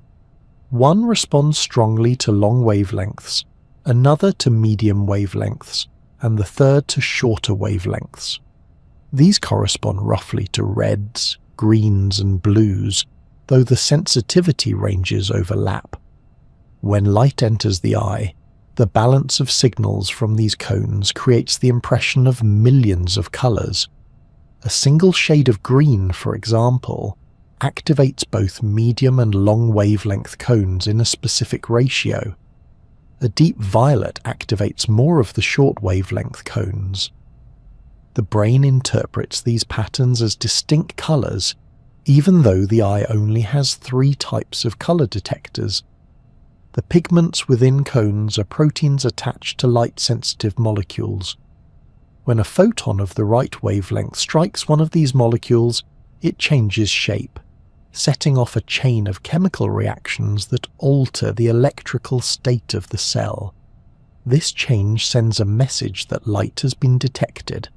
The reaction resets quickly, allowing the cell to respond to new light almost immediately. It is a cycle repeated constantly as the eye adjusts to changing scenes. Rods contain a different pigment that is extremely sensitive to low light. This pigment can detect even a few photons, which is why rods allow vision in darkness. However, rods become overwhelmed in bright light and take longer to adjust after a sudden change in brightness. This is why stepping into sunlight after being in a dark room can feel momentarily overwhelming. The rods need time to recover, while the cones begin to take over as the primary receptors. Colour blindness occurs when one or more types of cones are absent, altered, or less responsive. If the cones that detect medium wavelengths are affected, a person may find it difficult to distinguish between reds and greens because the brain no longer receives the correct balance of signals. If the cones responsible for short wavelengths are affected, blues and yellows may blend or appear muted. These variations are chemical at their root, caused by differences in the pigments inside the cones. Because the pigments are built from proteins, small genetic changes can alter their structure and shift their sensitivity. Some forms of colour blindness occur when two types of cones respond too similarly. If the medium and long wavelength cones overlap too much in their sensitivity, the eye struggles to differentiate reds from greens because the chemical responses inside the cones are too similar. Other forms occur when an entire cone type is missing. People with only two types of cones can still perceive many colours, but the range is narrower. The experience of colour remains rich, but the contrasts are different. Once cones and rods send their signals, the information travels through several layers of cells in the retina. Some cells compare signals from different cones to detect small differences in color. Others detect edges, brightness changes, or motion. The retina does much more than simply pass the light onward. It processes and organizes the signals, preparing them for interpretation. Only after this processing do the signals travel along the optic nerve to the brain. The brain then takes these signals and turns them into color. It does not simply reproduce what the eye has detected, it interprets, balances, and corrects the information. If the lighting is unusual, the brain adjusts the colors to match what it expects. If part of the image is missing or dim, the brain fills in details. Our perception of color is therefore partly based on chemistry and partly based on interpretation. Two people might look at the same scene and experience the colors differently because their eyes and brains respond in subtly unique ways. Light intensity also influences how colors appear. In low light, the cones become less active and the rods take over. Because rods do not detect color, the world appears washed out or grey in dim conditions. As light increases, the cones activate and color returns. This is why twilight has such a distinctive look. The balance between rods and cones shifts slowly as the light fades, creating a transition zone where colors appear muted and soft. The pigments inside our photoreceptors can become temporarily bleached in bright light. When this happens, the cells need time to reset before they can respond fully again. This is another reason why stepping from darkness into sunlight creates a moment of discomfort. The chemical cycle inside each receptor must restart. Once it does, color appears vivid again. Some animals have more types of cones than humans. Birds, reptiles, and many fish can detect ultraviolet wavelengths, giving them access to colors we cannot imagine. Others have fewer types, limiting their color perception. Humans sit somewhere in the middle, seeing a broad, rich palette thanks to the combination of 3 cone types and the brain's interpretive abilities. The chemistry inside the eye transforms light into perception with incredible efficiency. It does so continuously, without pause, adjusting moment by moment as lighting changes. Every color you see is the result of countless small reactions, each triggered by a passing photon. These reactions build patterns that the brain turns into the world you experience. In this sense, color is both physical and personal, created by light, shaped by chemistry, and completed by perception. Color becomes something far more intricate once it reaches the brain. Up until that moment, color is light meeting matter, waves being scattered or absorbed, pigment shaping what is left behind. But the instant the signals arrive in the brain, color begins to gather meaning. It is interpreted, labeled, linked with memories, shaped by experience, and infused with emotion. What you see on the outside becomes something felt on the inside, a quiet blend of biology and personal history.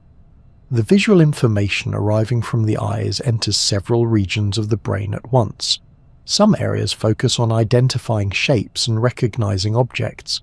Others focus on depth, movement, and contrast. And among these pathways sits the mechanism that gives color its emotional dimension. The brain does not treat color as a simple fact. It treats it as a cue, connecting each color with patterns formed throughout life. A soft blue may recall early mornings, quiet oceans, or painted walls from childhood. A warm red may remind someone of glowing embers, ripe fruit, or light through half-closed curtains at sunset. Each color carries associations, and those associations are stored not in the eyes but in the networks of memory. These patterns begin early in life. A baby learns to associate bright, warm colors with activity or attention, while cooler shades may become linked with calm moments or evening light. As the child grows, experiences add new layers. A favorite toy, a room painted in a certain shade, the color of a favorite blanket, all become woven into the brain's expectations. The visual system continues collecting information, connecting color with feelings, places, and moments. Eventually, entire emotional responses can arise from a single shade. Cultural memory adds another dimension. Different societies assign different meanings to colors, and those meanings influence how individuals interpret what they see. A color associated with celebration in one region may represent mourning in another. A shade that signals good fortune in one culture may signal caution elsewhere. These meanings are passed through stories, art, clothing, and traditions, becoming part of collective memory. The brain absorbs these cues without effort. Over time, the associations become natural, blending with personal experiences to shape emotional reactions. Warm colors often feel energizing because the brain links them with sources of heat and brightness. Sunlight at midday leans toward yellows. Firelight glows with reds and oranges. Fruits that signal ripeness often carry warm tones. These natural connections establish patterns that stay with the brain. Even artificial warm lighting can create a sense of vibrancy or comfort, because it taps into these long-standing associations. Seeing a warm color may gently increase alertness or evoke feelings of familiarity and closeness. Cool colors often feel calming because the brain associates them with shade, water, and sky. Blue light fades the world into softer tones during the evening. Lakes and oceans reflect gentle hues. Forests in deep shade carry quieter greens. These links form unconsciously, guiding emotional responses without needing direct thought. A cool color can feel restful or serene because the brain ties it to moments of stillness. Even a cool-colored room can seem naturally calm because the brain interprets its palette through associations built over a lifetime. Behind these feelings lies chemistry. When the brain interprets color, it can influence the release of neurotransmitters, the chemicals that regulate emotion, attention, and relaxation. Warm colors may encourage tiny increases in arousal, nudging the brain toward alertness through subtle shifts in dopamine or norepinephrine levels. Cool colors may support the release of calming neurotransmitters, encouraging a softer, more restful state. These chemical changes are gentle, far from dramatic, but present enough to become noticeable over time. The brain's chemistry and color perception work together quietly, influencing each other moment by moment. Memory pathways also play a role. The hippocampus, which supports memory formation, interacts with visual areas when familiar colors appear. If a certain shade has been linked with a positive memory, the brain may automatically shift toward a more relaxed or pleasant emotional state. If a color is tied to a negative memory, it may trigger caution or discomfort. These reactions do not occur because of the color itself, but because of the layered experiences attached to it. The color becomes a symbol, activating memories and emotions held deep inside the mind. Even attention can be shaped by color. The brain is naturally more sensitive to contrasts in brightness and hue, using these differences to organize visual scenes. Warm colors often stand out because they stimulate the visual system more strongly. Cool colors blend more easily into backgrounds, creating a sense of openness. Designers use these properties intentionally, but the brain discovered them first, long before modern techniques emerged. These preferences arise from the brain's attempts to interpret and prioritize information in the environment. Some emotional responses to color are nearly universal. Soft blues and greens are often seen as peaceful because they mirror elements common across landscapes. Warm reds and oranges often appear energizing because they resemble fire and sunlight. But even within these tendencies, personal history shapes reactions. One person may find comfort in a deep red because it reminds them of a familiar blanket. Another may find it overwhelming because it feels loud or intense. The eye detects the same wavelengths, but the brain interprets them differently, each perception colored by experience. Color can even influence memory. Studies show that objects viewed in certain colors are sometimes remembered more vividly than those viewed in neutral shades. Bright colors may offer stronger contrast, making details easier for the brain to store. Cool colors can support focus by reducing visual noise. Again, the chemistry behind these effects is subtle but persistent. The brain's networks adapt to the presence of color, strengthening or softening emotional and cognitive responses. Because of this rich interplay between color and experience, the brain treats color as a language. It reads color for clues, draws meaning from it, and uses it to predict what might happen next. A warm glow might signal comfort or energy. A dull, muted environment may cue the brain to relax. A bright or contrasting color might draw immediate attention. The emotional response arises not from the light itself, but from the neural pathways that interpret it. The meanings assigned to color continue to change as people encounter new experiences. A color once associated with childhood may take on new significance in adulthood. A shade linked with one event may shift in meaning when encountered in a new context.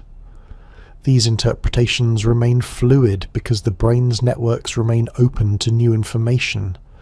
Color in this sense is not fixed but constantly evolving. Ultimately, the experience of color is a blend of biology, memory, and emotion.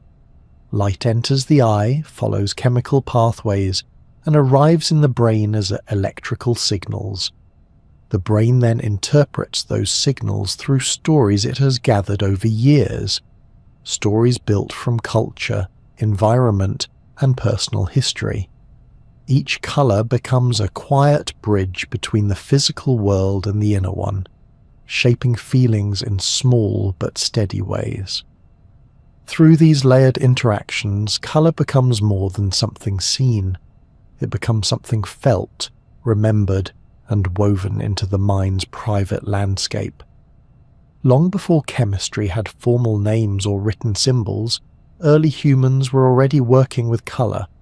They learned it through touch, through curiosity, and through the slow discovery that some stones released beautiful powders when struck or ground. These powders could cling to skin, stain surfaces, or mix with fats and water to create something new. The earliest pigments came not from deliberate invention, but from a quiet partnership between humans and the earth, shaped by fire, stone, and observation. Each color carried its own story, and together they formed the beginnings of art. One of the first pigments used was charcoal, created simply by burning wood. Charcoal offered a deep black tone that could be applied easily. It came from fire, a familiar and comforting element, and required no complicated preparation. Alongside charcoal came ochres, soft, earthy pigments ranging from yellow to deep red. Ochres formed when iron-rich minerals weathered over long periods. Early humans discovered that these colourful earths could be collected, crushed and mixed with binders such as animal fat, plant sap or water. The resulting paints were durable and flexible, suitable for marking tools, colouring skins, or painting the walls of caves. These simple pigments helped early artists depict animals, figures, and symbols, leaving behind traces of their lives that still survive today. As people explored new landscapes, they encountered more minerals capable of producing colour. Malachite, with its rich green tone, appeared in areas where copper ores were exposed. This mineral could be ground into a fine powder and used for painting or decoration. Its preparation required more effort than ochre. The stone had to be crushed carefully, and the powder washed repeatedly to remove impurities. The result was a vivid green that seemed almost rare in the natural world.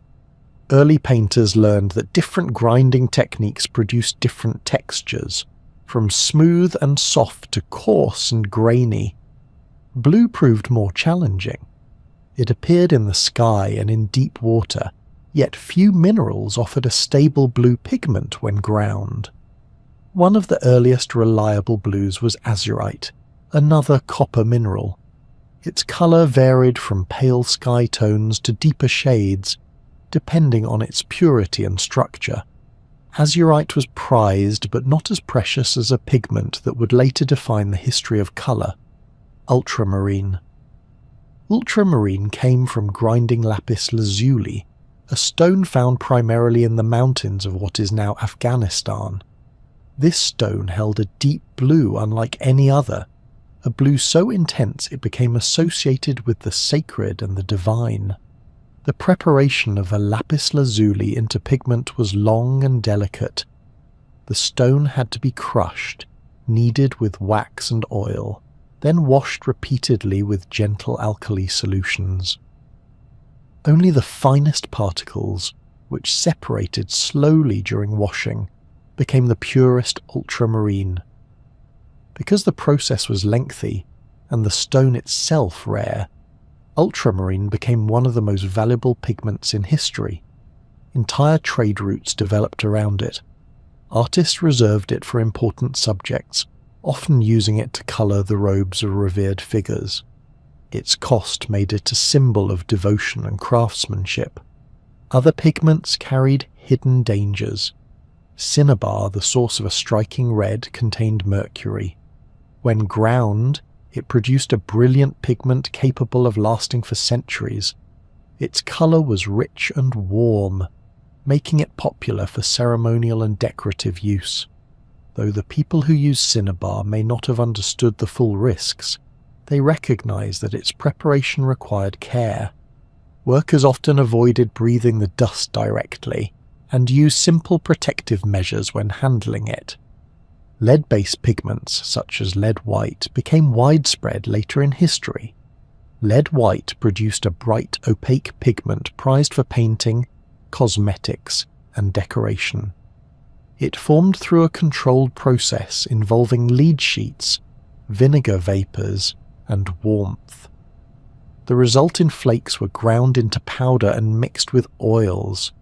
The pigment was durable and smooth, but the same chemical properties that made it effective also made it toxic. Over long periods, exposure could harm the people who prepared or used it extensively. Still, lead white remained popular for centuries because no other white matched its coverage and purity.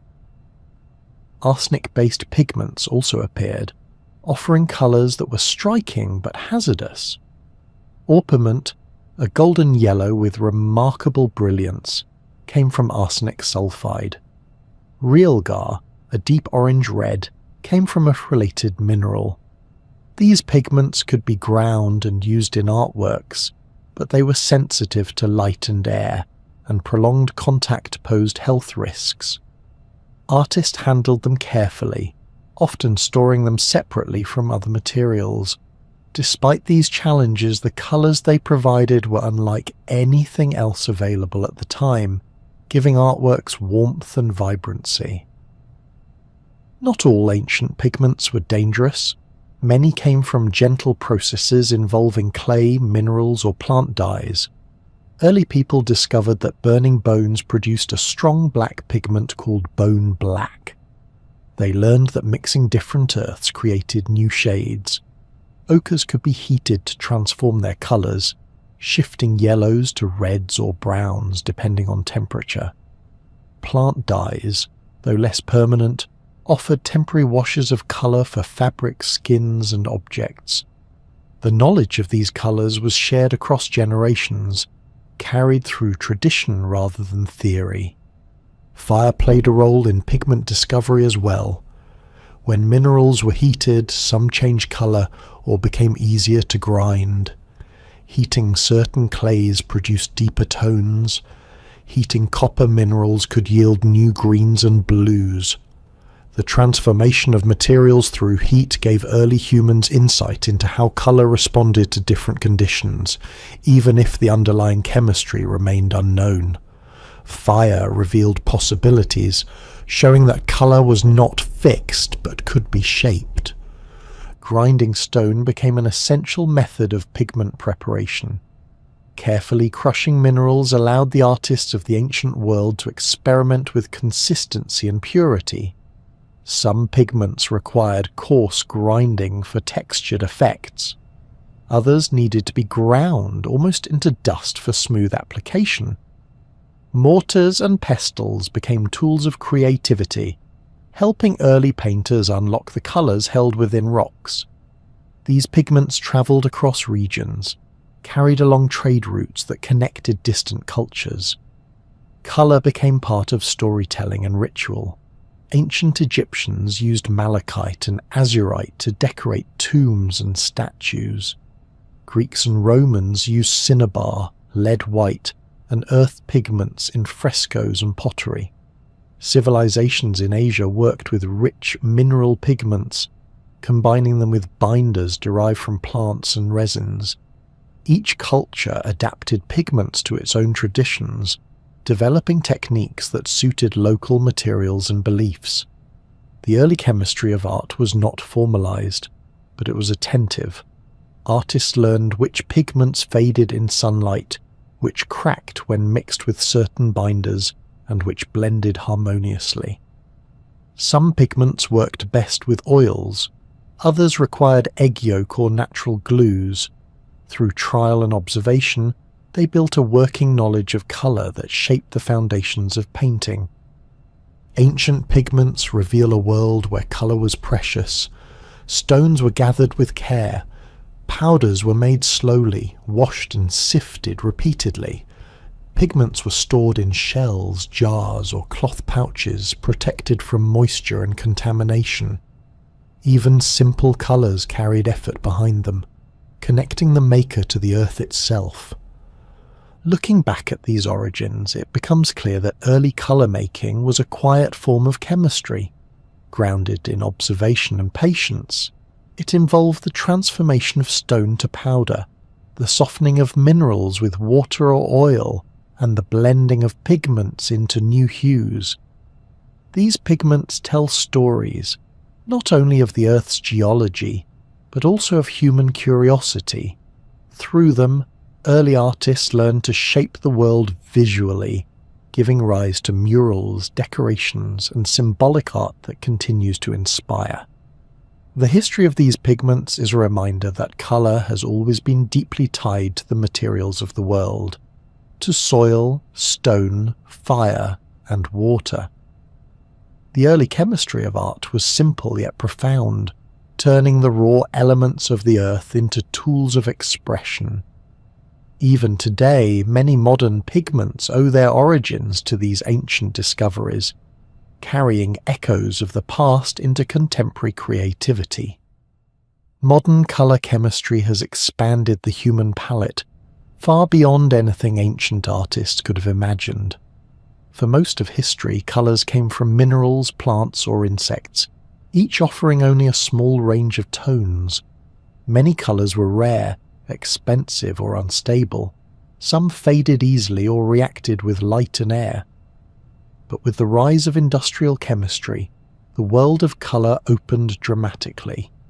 Today, Countless shades exist purely because chemists learned how to design molecules that absorb and reflect light with remarkable precision. The story of synthetic pigments began in the 19th century with a surprising accident.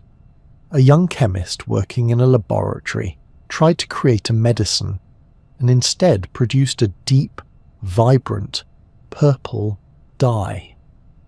This dye attached firmly to fabrics and resisted fading far better than most natural dyes. It became known as morphine and marked the beginning of a revolution. Instead of relying on crushed plants or rare minerals, chemists realized they could build color from scratch. The discovery encouraged others to explore the chemistry of color more deeply, leading to an explosion of new dyes during the 19th and 20th centuries. Designing synthetic dyes involves creating molecules with specific structures that absorb certain wavelengths of light. Chemists began mapping the relationship between molecular shape and color, learning how small changes could shift a dye from red to purple or from blue to green. At the heart of many dyes are long chains or rings of atoms that allow electrons to move freely. These electron pathways behave like tiny energy ladders. When light strikes the molecule, electrons move to higher positions, absorbing specific colors from the spectrum. The remaining wavelengths are reflected back, producing the color that the eye perceives. By adjusting the length of the electron pathway, or adding certain groups of atoms, chemists learn to shift the spectrum absorbed. This ability to adjust structure gave chemists extraordinary control.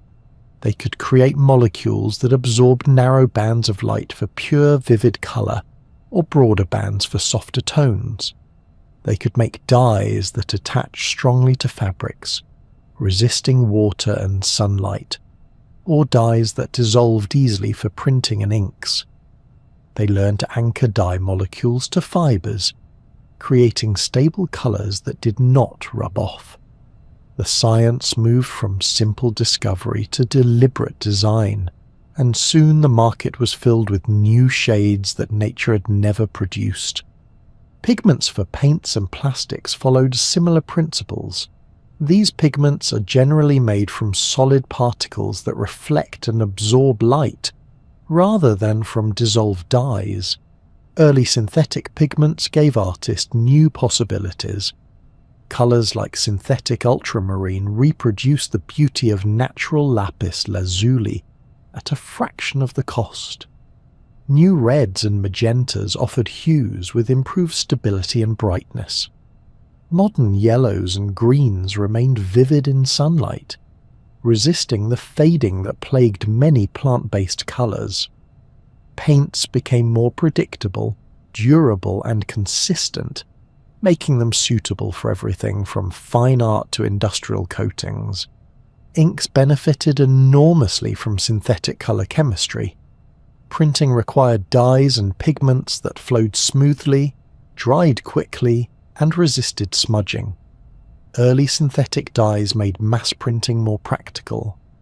Over time, inks evolved into highly engineered mixtures that perform reliably across different surfaces. Chemists developed pigments for newspapers, books, packaging, and high-resolution digital printing. Today's inks can remain stable for years, resist moisture, and produce sharp edges thanks to carefully controlled pigment particles and binders. Plastic coloring also became essential in modern life. Synthetic pigments allowed manufacturers to add color to plastics during production, creating toys, containers, electronics, and countless other items with consistent, vivid tones.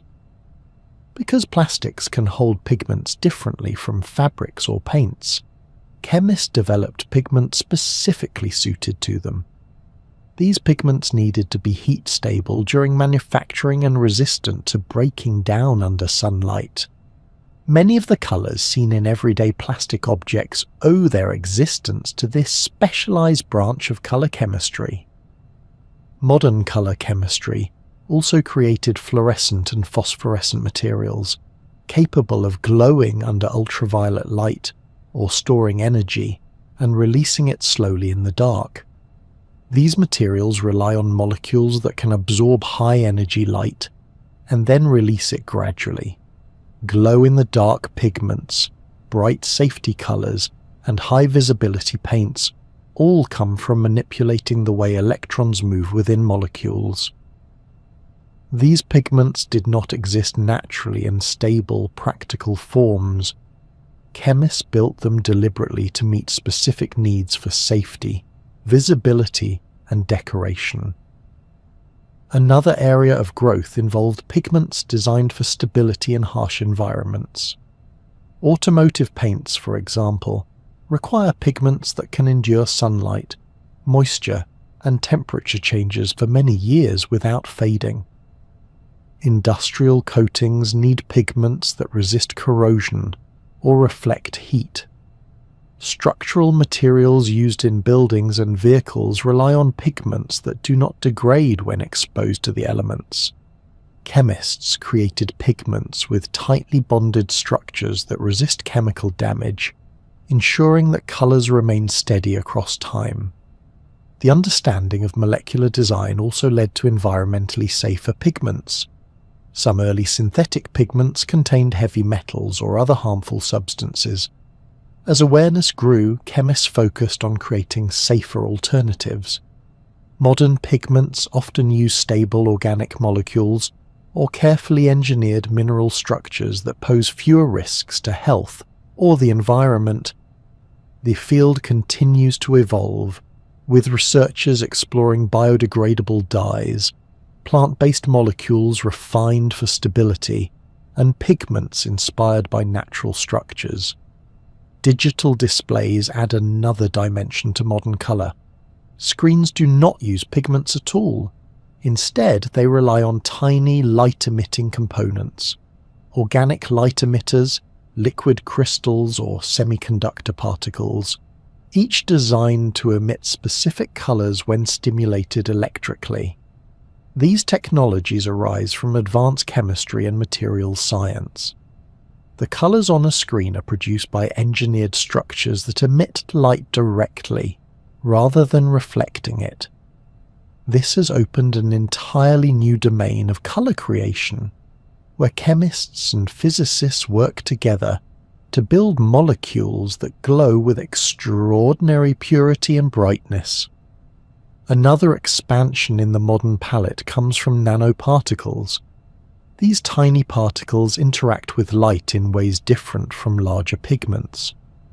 Gold nanoparticles, for example, appear red or purple depending on their size and shape. Silver nanoparticles can shift through a range of colors as well. These materials rely not only on chemical composition, but also on the physical arrangement of atoms. They are used in specialized inks, sensors, and coatings. Nanotechnology continues to reveal new color effects that were once impossible using conventional pigments. Textiles have also benefited from modern color chemistry. Synthetic dyes attach strongly to fibers like nylon, polyester, and acrylic, materials that did not exist historically. Each fiber type interacts differently with dyes. Chemists design dyes that match the chemical structure of the fabric, ensuring even coloring and long-lasting shades. Color-fast clothing owes much to these carefully engineered dyes, which maintain brightness through washing, sunlight exposure, and wear.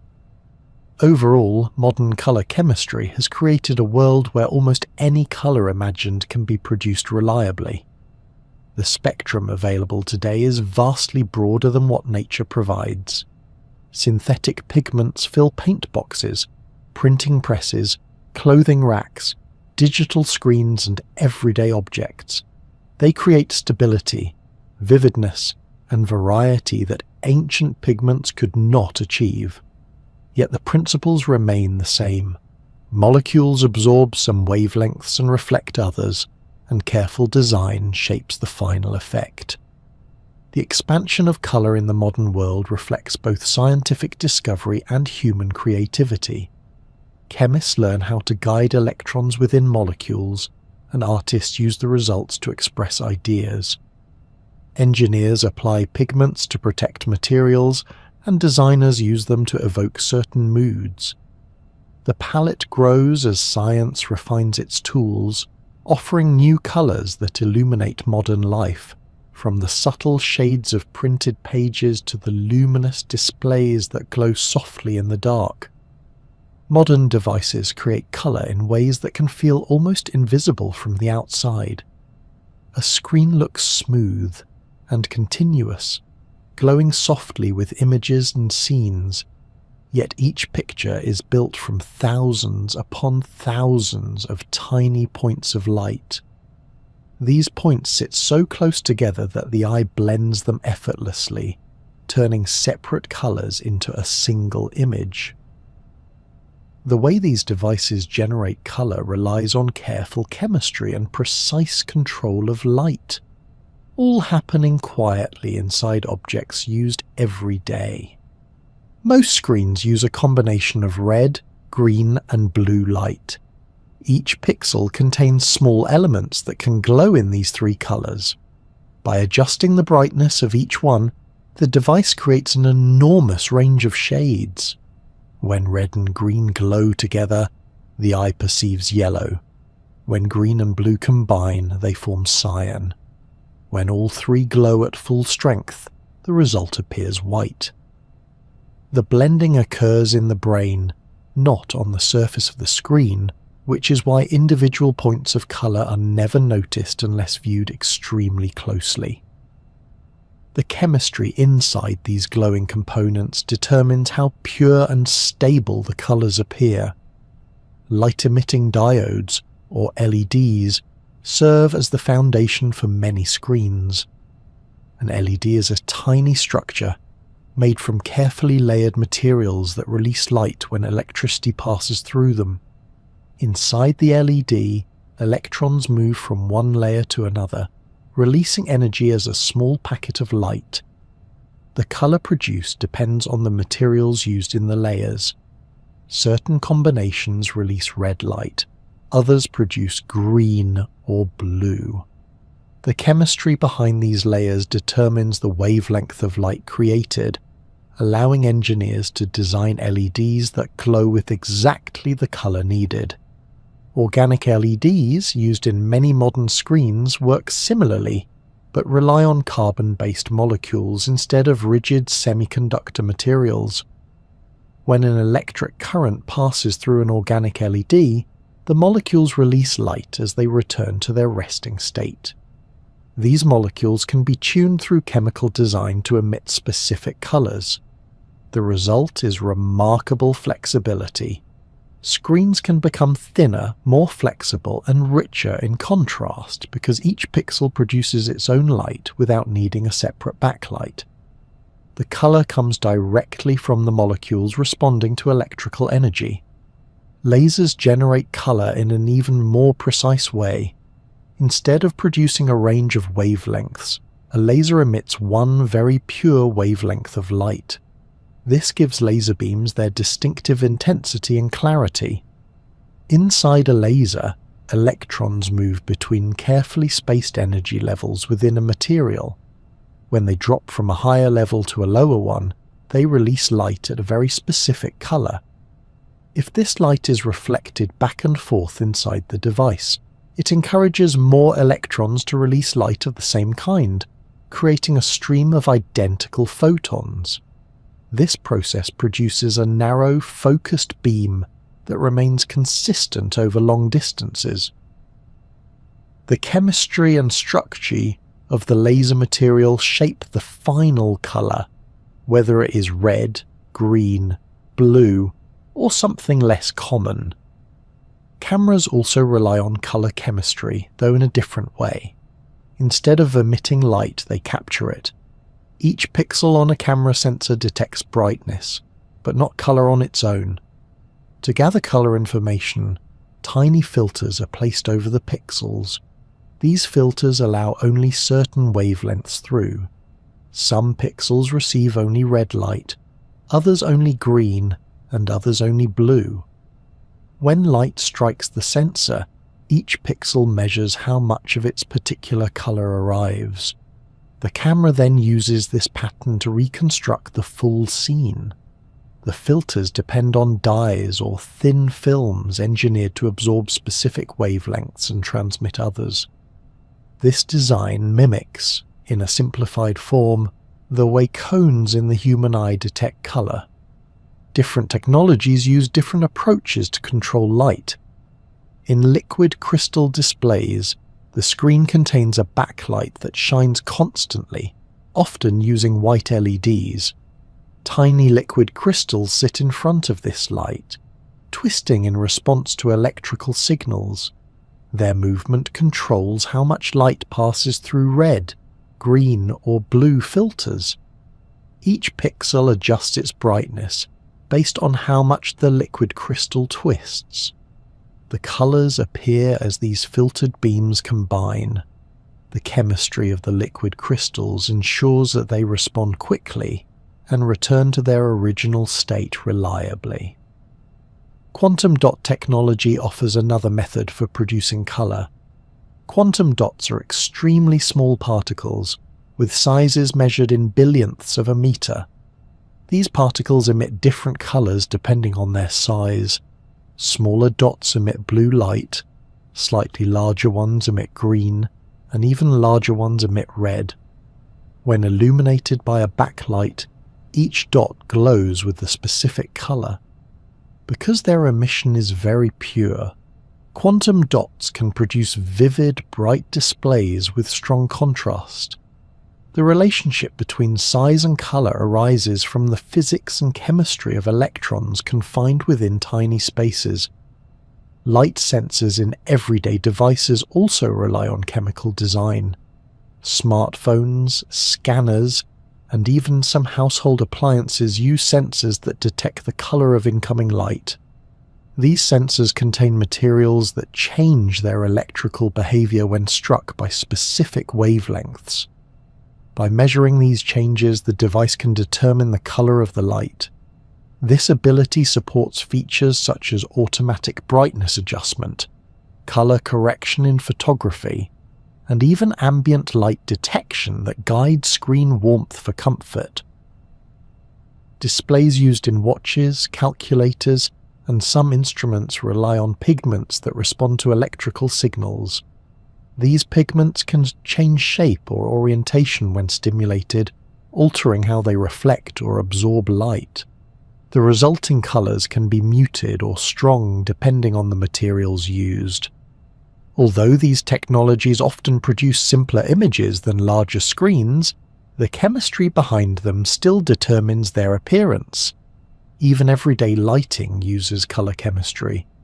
LED bulbs in homes rely on mixtures of materials that emit different wavelengths. Some use a blue LED coated with a phosphor that converts part of the blue light into warm tones, creating a balanced white glow. Others combine red, green, and blue LEDs directly. The chemistry of the phosphors or the semiconductor layers shapes how the final light appears, whether cool or warm, bright or soft. Across all of these technologies, the principle remains constant. Color arises from electrons moving between energy levels, and from the way materials absorb and emit specific wavelengths. Engineers design these materials with extraordinary precision, controlling the light at scales too small to see. The result is a world filled with vivid screens, glowing indicators, bright signs, and cameras that capture color with remarkable accuracy. These technologies blend chemistry, physics, and careful engineering. Each pixel on a screen, each glowing diode, each laser beam, and each color filter works quietly but precisely. The colors that appear on phones, televisions, signs, and cameras begin with tiny structures that release or capture light in controlled ways. Through these small, ordered interactions, the familiar digital world becomes full of color, shaped by the gentle movements of electrons hidden deep inside modern devices. Colour stretches far beyond Earth, carrying its meanings and origins into the wider universe.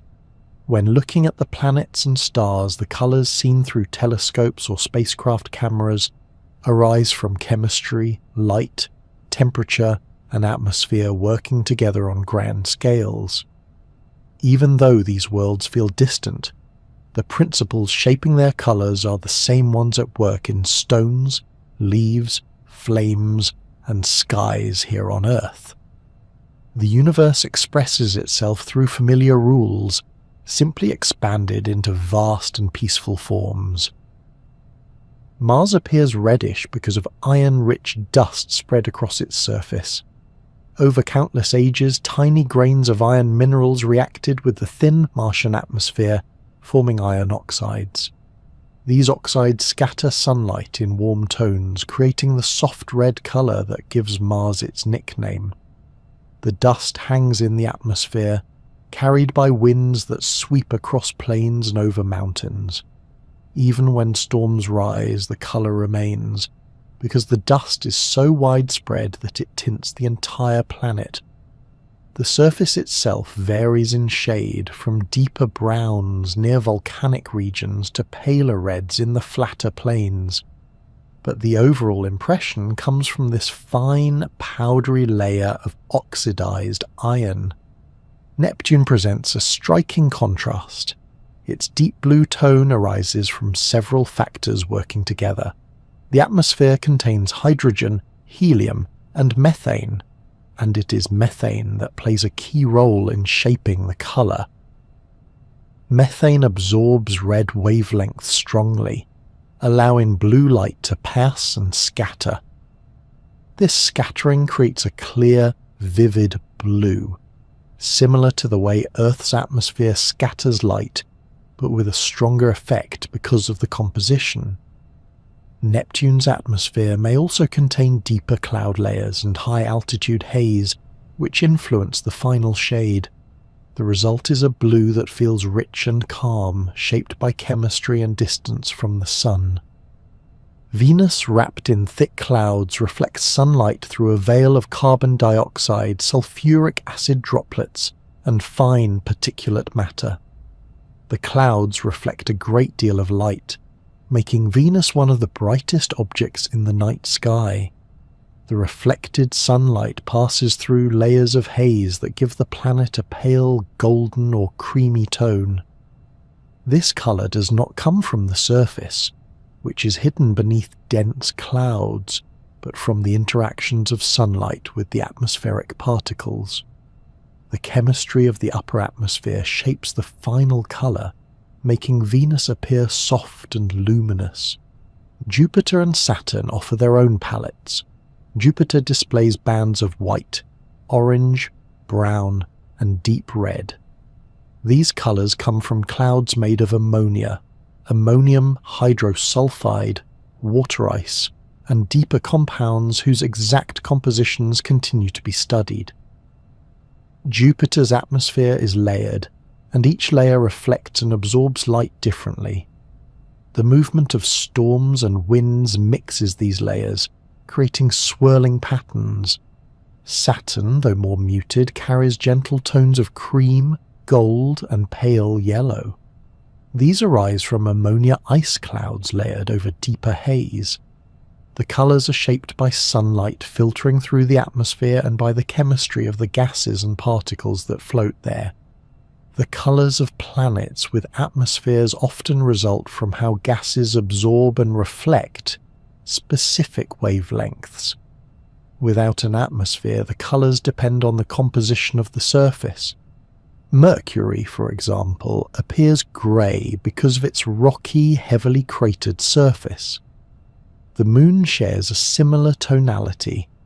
Both bodies reflect sunlight directly from dusty, mineral-rich ground without atmospheric scattering to create softer shades. The light that reaches the eye is a blend of reflected wavelengths shaped by minerals, much like the colours of rocks and sands found on Earth. When moving farther outward, color becomes even more varied.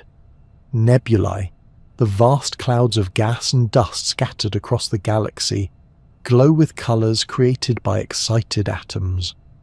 When nearby stars emit strong ultraviolet radiation, atoms in the nebula absorb this energy and release it as visible light.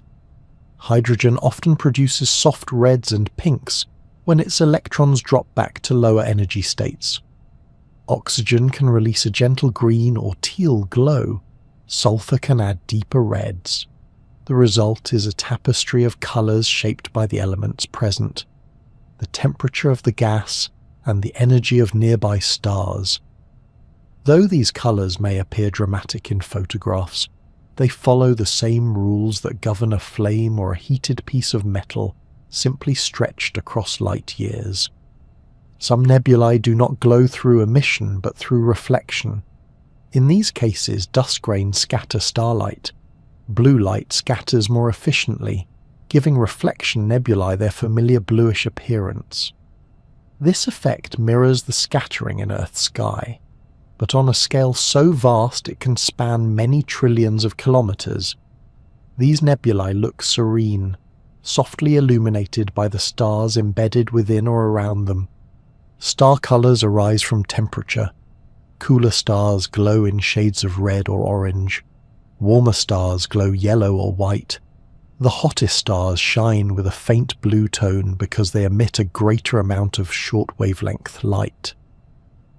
The same principle governs the color of heated metal, candle flames, and light bulbs. A star's color also reveals clues about its composition. When starlight passes through outer layers of gas, certain wavelengths are absorbed by elements such as hydrogen, helium, sodium, or calcium. These absorption patterns do not change the overall color dramatically, but they allow astronomers to learn what the star is made of. Temperature determines the broad tone. Chemistry adds fine detail. Galaxies from a distance often appear whitish or pale because they contain billions of stars of different temperatures. Young hot stars contribute blue light. Older, cooler stars contribute red. The combination blends into a soft, diffuse glow.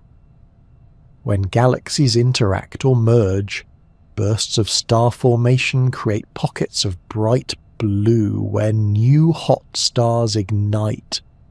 While older regions remain warmer in tone, color becomes a map of both present conditions and ancient history. Even the light of distant quasars carries color shaped by chemistry. Gas clouds between Earth and the distant object absorb specific wavelengths, creating subtle imprints. These patterns help astronomers understand how chemicals are distributed across the universe. Although these colors may not always be visible to the eye, they follow the same physical rules. Some cosmic objects display colors that arise from extreme conditions. Supernova remnants, for example, glow in multiple hues as shock waves heat gases and excite atoms. Planetary nebulae, formed when dying stars shed their outer layers, show rings and shells of color shaped by temperature and chemical composition. The interactions of particles and energy produce a quiet radiance that reveals the structure of the expanding gas. Color travels across the universe as a storyteller. It reveals temperature, chemistry, distance, and age. The reddish tone of a galaxy's light can even show how fast it is moving away, as the stretching of space shifts its light toward longer wavelengths. This red shift does not produce a vivid color change to the eye, but it carries profound meaning to scientists, revealing the expansion of the universe. Despite the unimaginable distances, the principles remain familiar. When methane absorbs red light on Neptune, the effect mirrors the absorption that creates colors in leaves or pigments. When hydrogen glows red in a nebula, it follows the same rules that produce the colors of a flame.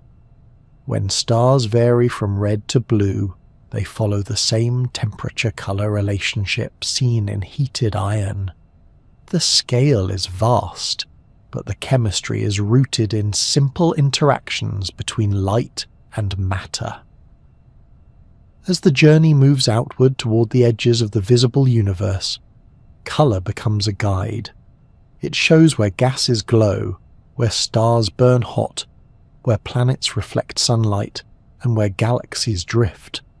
The universe may feel cold and distant, but its colors carry warmth, shaped by processes that echo across everything from a grain of dust to a giant star. Through these colors, the cosmos becomes gentle in its immensity, offering a quiet spectrum that stretches from the surfaces of nearby worlds to the glowing clouds that drift far beyond sight. Color has been woven through every part of this journey, from the smallest shifts inside atoms to the vast clouds of glowing gas stretched across the universe. And through all of it, the same quiet principle has been at work. Chemistry listens to light, interacts with it, shapes it, and releases it again in ways that fill the world with gentle variation. Nothing loud needs to happen for color to appear. A small movement of an electron, a slight bend in a molecule, a certain spacing within a crystal, or the softness of an atmosphere is enough to transform invisible energy into something the eye can rest upon. Understanding the chemistry behind color does not take away its wonder. If anything, it deepens it. A leaf changing from green to yellow becomes more than a seasonal moment. It becomes a shift in pigments responding to sunlight and temperature. The blue of the sky becomes more than a backdrop. It becomes countless air molecules scattering light in a quiet, continuous dance. The glow of a flame becomes more than warmth. It becomes atoms releasing energy in specific wavelengths shaped by temperature. Even distant planets take on new meaning when seen through this lens. Mars is red because iron dust oxidized over countless years. Neptune is blue because methane absorbs red light. Nebulae glow with soft clouds of color because gases release energy in gentle, predictable ways. Seeing color with this understanding is like looking at a familiar landscape and noticing details that were always present but never fully recognized. The world becomes layered. A flower becomes a collection of carefully arranged pigments that attract pollinators. A butterfly's wing becomes a mosaic of microscopic structures bending light. A sunset becomes the long path of sunlight through shifting air. Nothing loses its beauty. It simply becomes richer, more connected, more alive in its explanations. And even with all this knowledge, color retains its ability to reach inward. The chemistry delivers the light, but the meaning arises in the mind. Warm tones can still feel comforting. Cool tones can still feel calming. The entire spectrum can still settle the thoughts in small and restful ways. Color becomes a quiet reminder that the world is shaped by simple principles repeating across scales, from the tiniest particle to the edge of the cosmos. Thank you for drifting through this exploration tonight, and for spending these moments in a calm space of curiosity. Your presence here keeps this journey alive. If you have enjoyed this soft wander through chemistry and color, a like or a subscription would mean so much.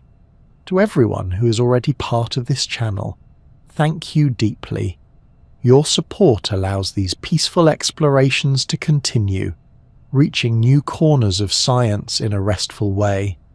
As the night settles a little more around you, feel free to let the last traces of the day loosen and drift away. Let the colors you've imagined fade gently into the quiet. Allow the mind to soften, knowing that everything from the glow of a candle to the blue of the morning sky follows simple, steady rules that never rush and never strain. May your thoughts slow, your breathing deepen, and your rest come easily, like light settling into calm shade. Sleep well,